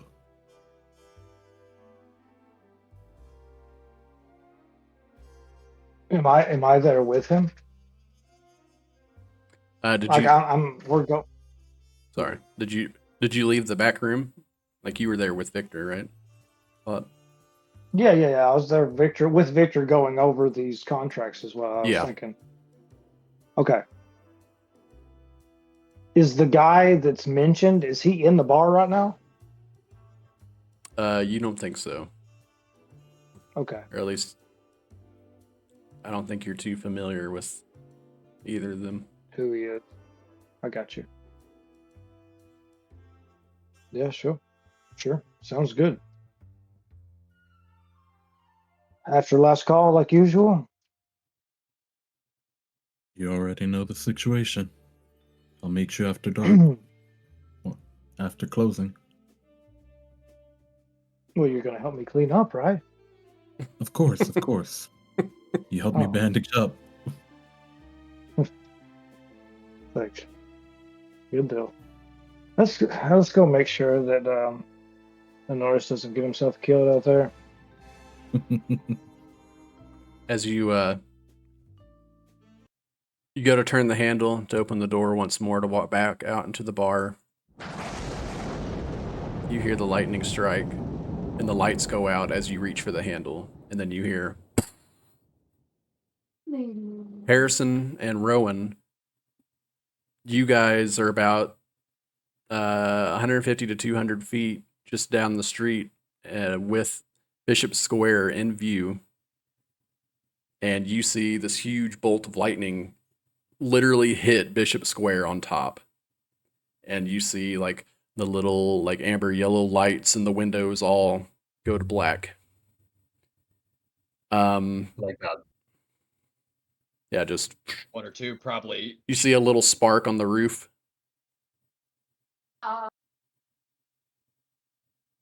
And then moments later, you see a figure like opens the door and begins to scurry down the stoops and rounds the corner and takes off running.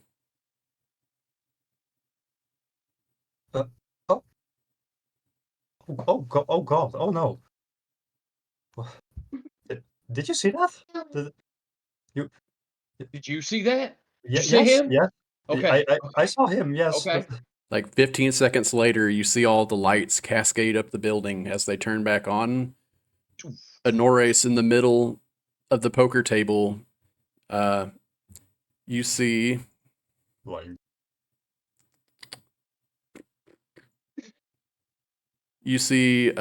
Norgathar laying face first on the poker table with a hole in his head.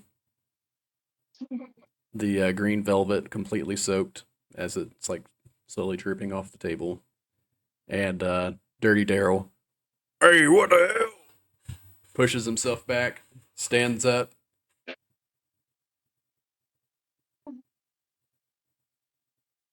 What about Louise? She screams, "Oh my!" No, I'm just... breaks her whole poker facade and just screams at the top of her lungs. No, she actually stands up, and you see her like pull up like one side of her skirt and like pulls a knife Oh, Out of her out, girder. ready. Fuck this. She grabs like the martini that you bought her, downs it, throws it to the side, and is like ready. I'm gonna take off running. I think I'm gonna look at Harrison and just take off running towards Bishop Square. I'll follow behind. I'll follow behind. Okay.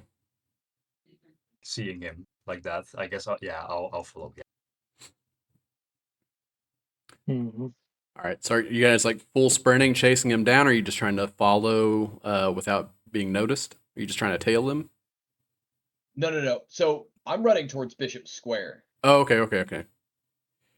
When we get to that point of the main street, I'll look at Harrison to see if he's breaking off, but I'm going into Bishop Square. Okay. Rowan dashing in to Bishop Square. I'll Harrison, just you look at guys Harrison. you guys run up together, and you guys approach the stoop of the Bishop Square. What are you doing?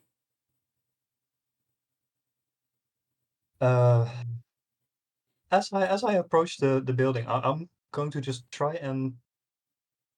Can I try and peer inside of the building? Like the door's wide open, right? Could I just try and look inside, see if I see anything of that's happening inside? You hear a few screams, and a couple people yell, and then just silence. And at that moment, too, Marlon and Victor, you hear the gunshot a few seconds after the lights go off, or like almost right as the lights go off, actually. And then they come back on. You're already like stepping through, trying to feel your way without the lights, and then they kick back on, and you see all of that happen. And you see, I keep forgetting his name, Norgathar laying face first on the poker table. And at that point, you would see a drenched Rowan coming up the stoops and stands like in the doorway. What's going on? Rowan, as you go through, you see like this old kind of weathered gray door at first, and then it almost acts like a foyer that comes into the next room, and you see the red door with like a golden handle and this like golden brass sort of mechanical keypad, but the door is ajar. Like Not- somebody's Yeah, had to not come out. surprised because you just saw somebody leave, and it's like they Yeah. left and didn't close the door. Yeah. I'll burst through the door.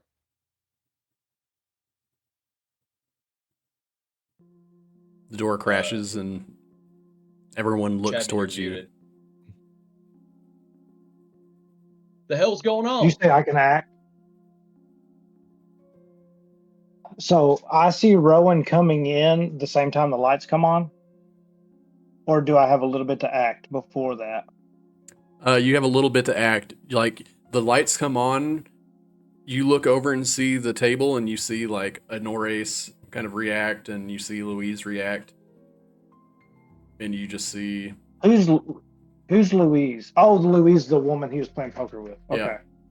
And then Right. literally like seconds later, after you're like processing the dead body on the table, through the door, Rowan's there. I think I'm looking at the wound on his head, being fairly savvy with firearms, and which direction did he get shot from? Can I tell with him laying? I know where he was sitting. So like which side is the exit wound from? Is the exit wound in the back or in the front or from the side? Like which direction did he get shot from? The Can I back. tell that? for sure. He got shot from Yeah, the back. Yeah, the exit That- wound is coming out of his face. It's at the front. Just straight I like immediately back- turn around. Yeah, I got you. I immediately turn around. Louise, sit down. It was neither of you. And I turn around and who's left? Did anybody leave? Somebody. Yeah, we sell. I'll run up to Marlon as I'm. Somebody just took off. Oh, no. They left the door open and everything. Did you see which way they went? Harrison, did you go in? I can't remember if you stayed outside or went in, or what were you doing during this time? I'm currently still outside, but like as Rowan burst through the door and like walked in, I'm just going to very carefully just like peer inside of the building. I'm just going to like slowly make my way inside as well, still kind of looking out towards the way that the figure ran off to. I'm just going to look back inside as well and just like stare at everyone as well. Okay. Yeah, I mean, you guys would have seen the figure running east along Main Street. They rounded the corner from Bishop Square on the side of Tormid East? Avenue, and they're heading east on Main Street. Or at least that's the last that you've seen. Oh, shoot. You take a look down the corner, Harrison, and you see them round the corner and head north. Do I see anything just about them? Just like are they wearing something in particular? Anything I can like maybe You can make a just perception make them check. outside? It's hard to see. It's currently still raining, pretty heavy, storming outside. The Nighttime. lights are flickering on and off Yep. in different buildings. But go ahead and make a Yes. perception Yeah. check. We'll see what we get here.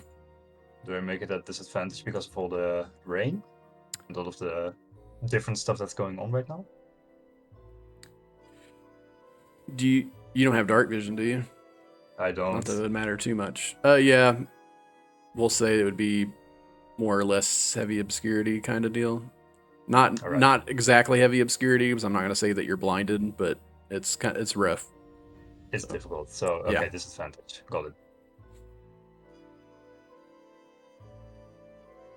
Ooh, Oh, an 11. oh. That nat 20 down the Yeah, drain. that Mm. Dang. 11. Yeah. With an 11. Yeah, with their back turned to you, you can tell that they're in like this full trench coat. I'll say as they're turning the corner, you can't really make out anything really specific, but when they turn, a flash of light from the sky of the thunder lets down just a very, very small amount of light that kind of glances off to form like the shape of the figure, and you can see that they have like this sort of pointed devil's tail at the end as they round the corner, kind of like coming out of their coat. A 5 to 6 foot tall cloaked figure with a tail. Uh, I'm just going to make my way inside now as well, and like as the figure turns the corner, I'm going to stare at Norgafar, and then look back at everyone else. What just happened here? What? Real quickly, if I can interject, when you look at Norgathar, I have gotten up and like gone over and like grabbed the collar of his shirt to like lift him up, and then like scoop out the chips from underneath him that I'd won, and then like plunk him back down on the table. Nobody touch him. Nobody. Hey, hold on. What happened? Don't tamper with the crime Tampering with the scene. crime scene. Yeah, I'm gonna like, as I'm running up, is everybody here? Oh shit. Oh shit. I'd like to make a medicine check just to see if he's good and dead, basically. Yeah, go ahead. Or being a surgeon and whatnot, I figure I'm sure he is good and dead, just the way you've described it, but I guess I don't need to make one, but I will. Yeah, why not? Yeah, there you go. There's an 18. Yeah, you walk up to him. kind of like place your hand on his back. You don't notice any rise and fall in the chest. You Oh you shit. pull him back a little bit, and you can see like this huge hole in his coming out of his forehead. There's no movement in like the pupils when you glance like a lantern over Yeah. his eyes, kind of check that. You and of course to finalize the inspection, you feel for a carotid, and there's nothing there. Marlon, he's dead.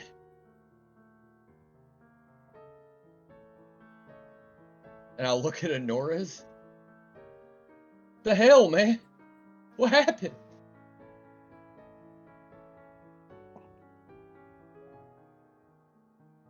It wasn't me. I took some chips from him. He threatened me. And then his head exploded. That's pretty damning, if I do say so myself. I didn't And hear Joe- you. I didn't hear you put the code in. I'm The guessing door the was door open. was open. Somebody ran out. Yeah, Right. Harrison's still out there. I'm inside. No, he came inside. Victor, I that's just gonna like get tap him shoulder. infected. I'll just yell at Victor. That's gonna get infected. I'll go up and I'll have like a close conversation with Harrison. He said Main Street. He said east on Main Street. I'll pull him to the side a little bit as well, and I'll just look at him. I couldn't make out a lot, but I saw someone running away. Just as we were about me and Rowan, as we were about to enter, I saw someone running away. I'm not just going to assume anything just yet, but that does seem like a culprit number one. Yeah, pretty cut and dry, if you ask me. Additionally, Definitely I know you guys something. mentioned him going on East Main Street, but Harrison, you did see him turn and cut northward on Moonlight Boulevard. Also, just real Wow. quickly, when Rowan implies that I might have been involved, like I've been sitting there, right? Like I still had my drink in one hand, and I just kind of like shift my hand a little bit and like point down at my gun that's like very much still in its holster, and then like go back to slowly drinking my drink. But unbuttoned. You did unholster it. You did like loosen it. Well, I ain't gonna say nothing, Honoris. You know, no need to threaten me. The hell, man. I'll take out a roll and I'll like undo it, and I start pulling out. I just start cutting off. I pull out a scalpel. I start cutting off the shit that Victor has just been doing to his hand, and I'm just pull out a surgical kit and I just start stitching up his hand like while we're sitting there. Take it easy. There's no numbing on this. You're lucky. Hell, you're lucky. There's devil's dust on the blade, or this thing would have. It's bad, man. It's a bad cut. Surprised you can move your fingers. I'd like to use my healer's feature. Okay. On Victor's hand, just while we're chilling here. All right. Going over with. Yeah, definitely. So features, healer. That post-it? Yeah. Yeah.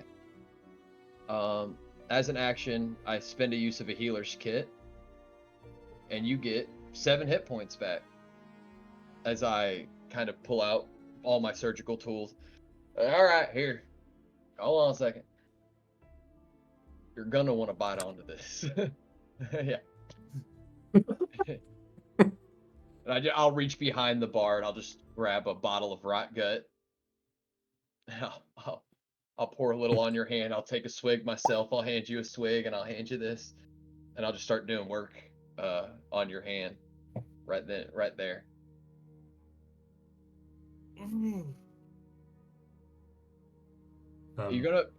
You're lucky I caught it soon. You're gonna be able to use them all when I'm finished. While they're doing this, DM, just a question. Is Louise, is she still in the room with us? Yeah. She would have backed up at this point and kind of heads towards the bar area to get away from, the whole scene, of course. But Could I just while she's doing, could I just look at her and like look at her body language? Like, how is she doing? I mean, go ahead and make an insight check for me.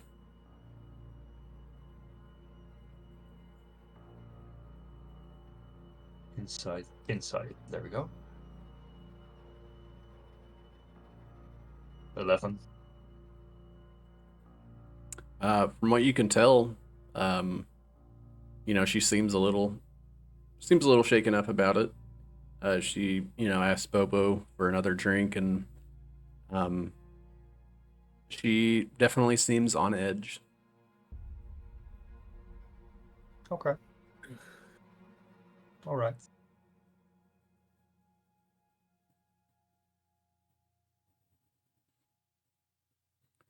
Is there anything else anyone would like to do? While she's Oh, go ahead. oh, sorry. Go ahead. Go No, ahead. Go ahead. Okay. I'd like to. I reach for a napkin or whatever, and I think I'll just the crumpled piece of paper he was writing on. Do I recognize the symbols on it as I'm like looking for stuff to clean up the wound? Make a religion check for me. Too easy.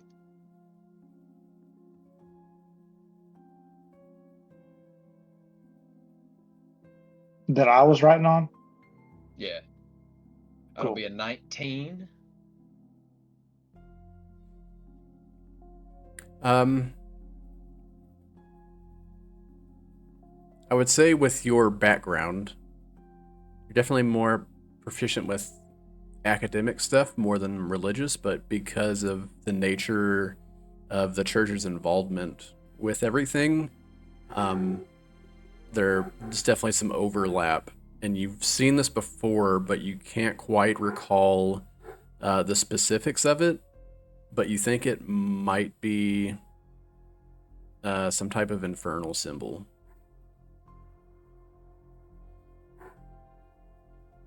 As you kind of look into the symbol and stare at it for a moment, you almost like kind of dissociate a little bit and get lost and kind of funnel your vision into it, and you can almost see the lines begin to squirm back and forth, and then almost like lift up off of the cloth. Again, the sort of peeling ash kind of ascending from like the representation of a burning world. And for a moment, you see behind the black lines a deep orange glow kind of emits, almost like it's beginning to catch on fire. And then you just see the smear of makeup on the cloth once more. And I think that's where we'll end the session. Feel my fingernails digging into my chest. Woo! Heck yeah, everybody.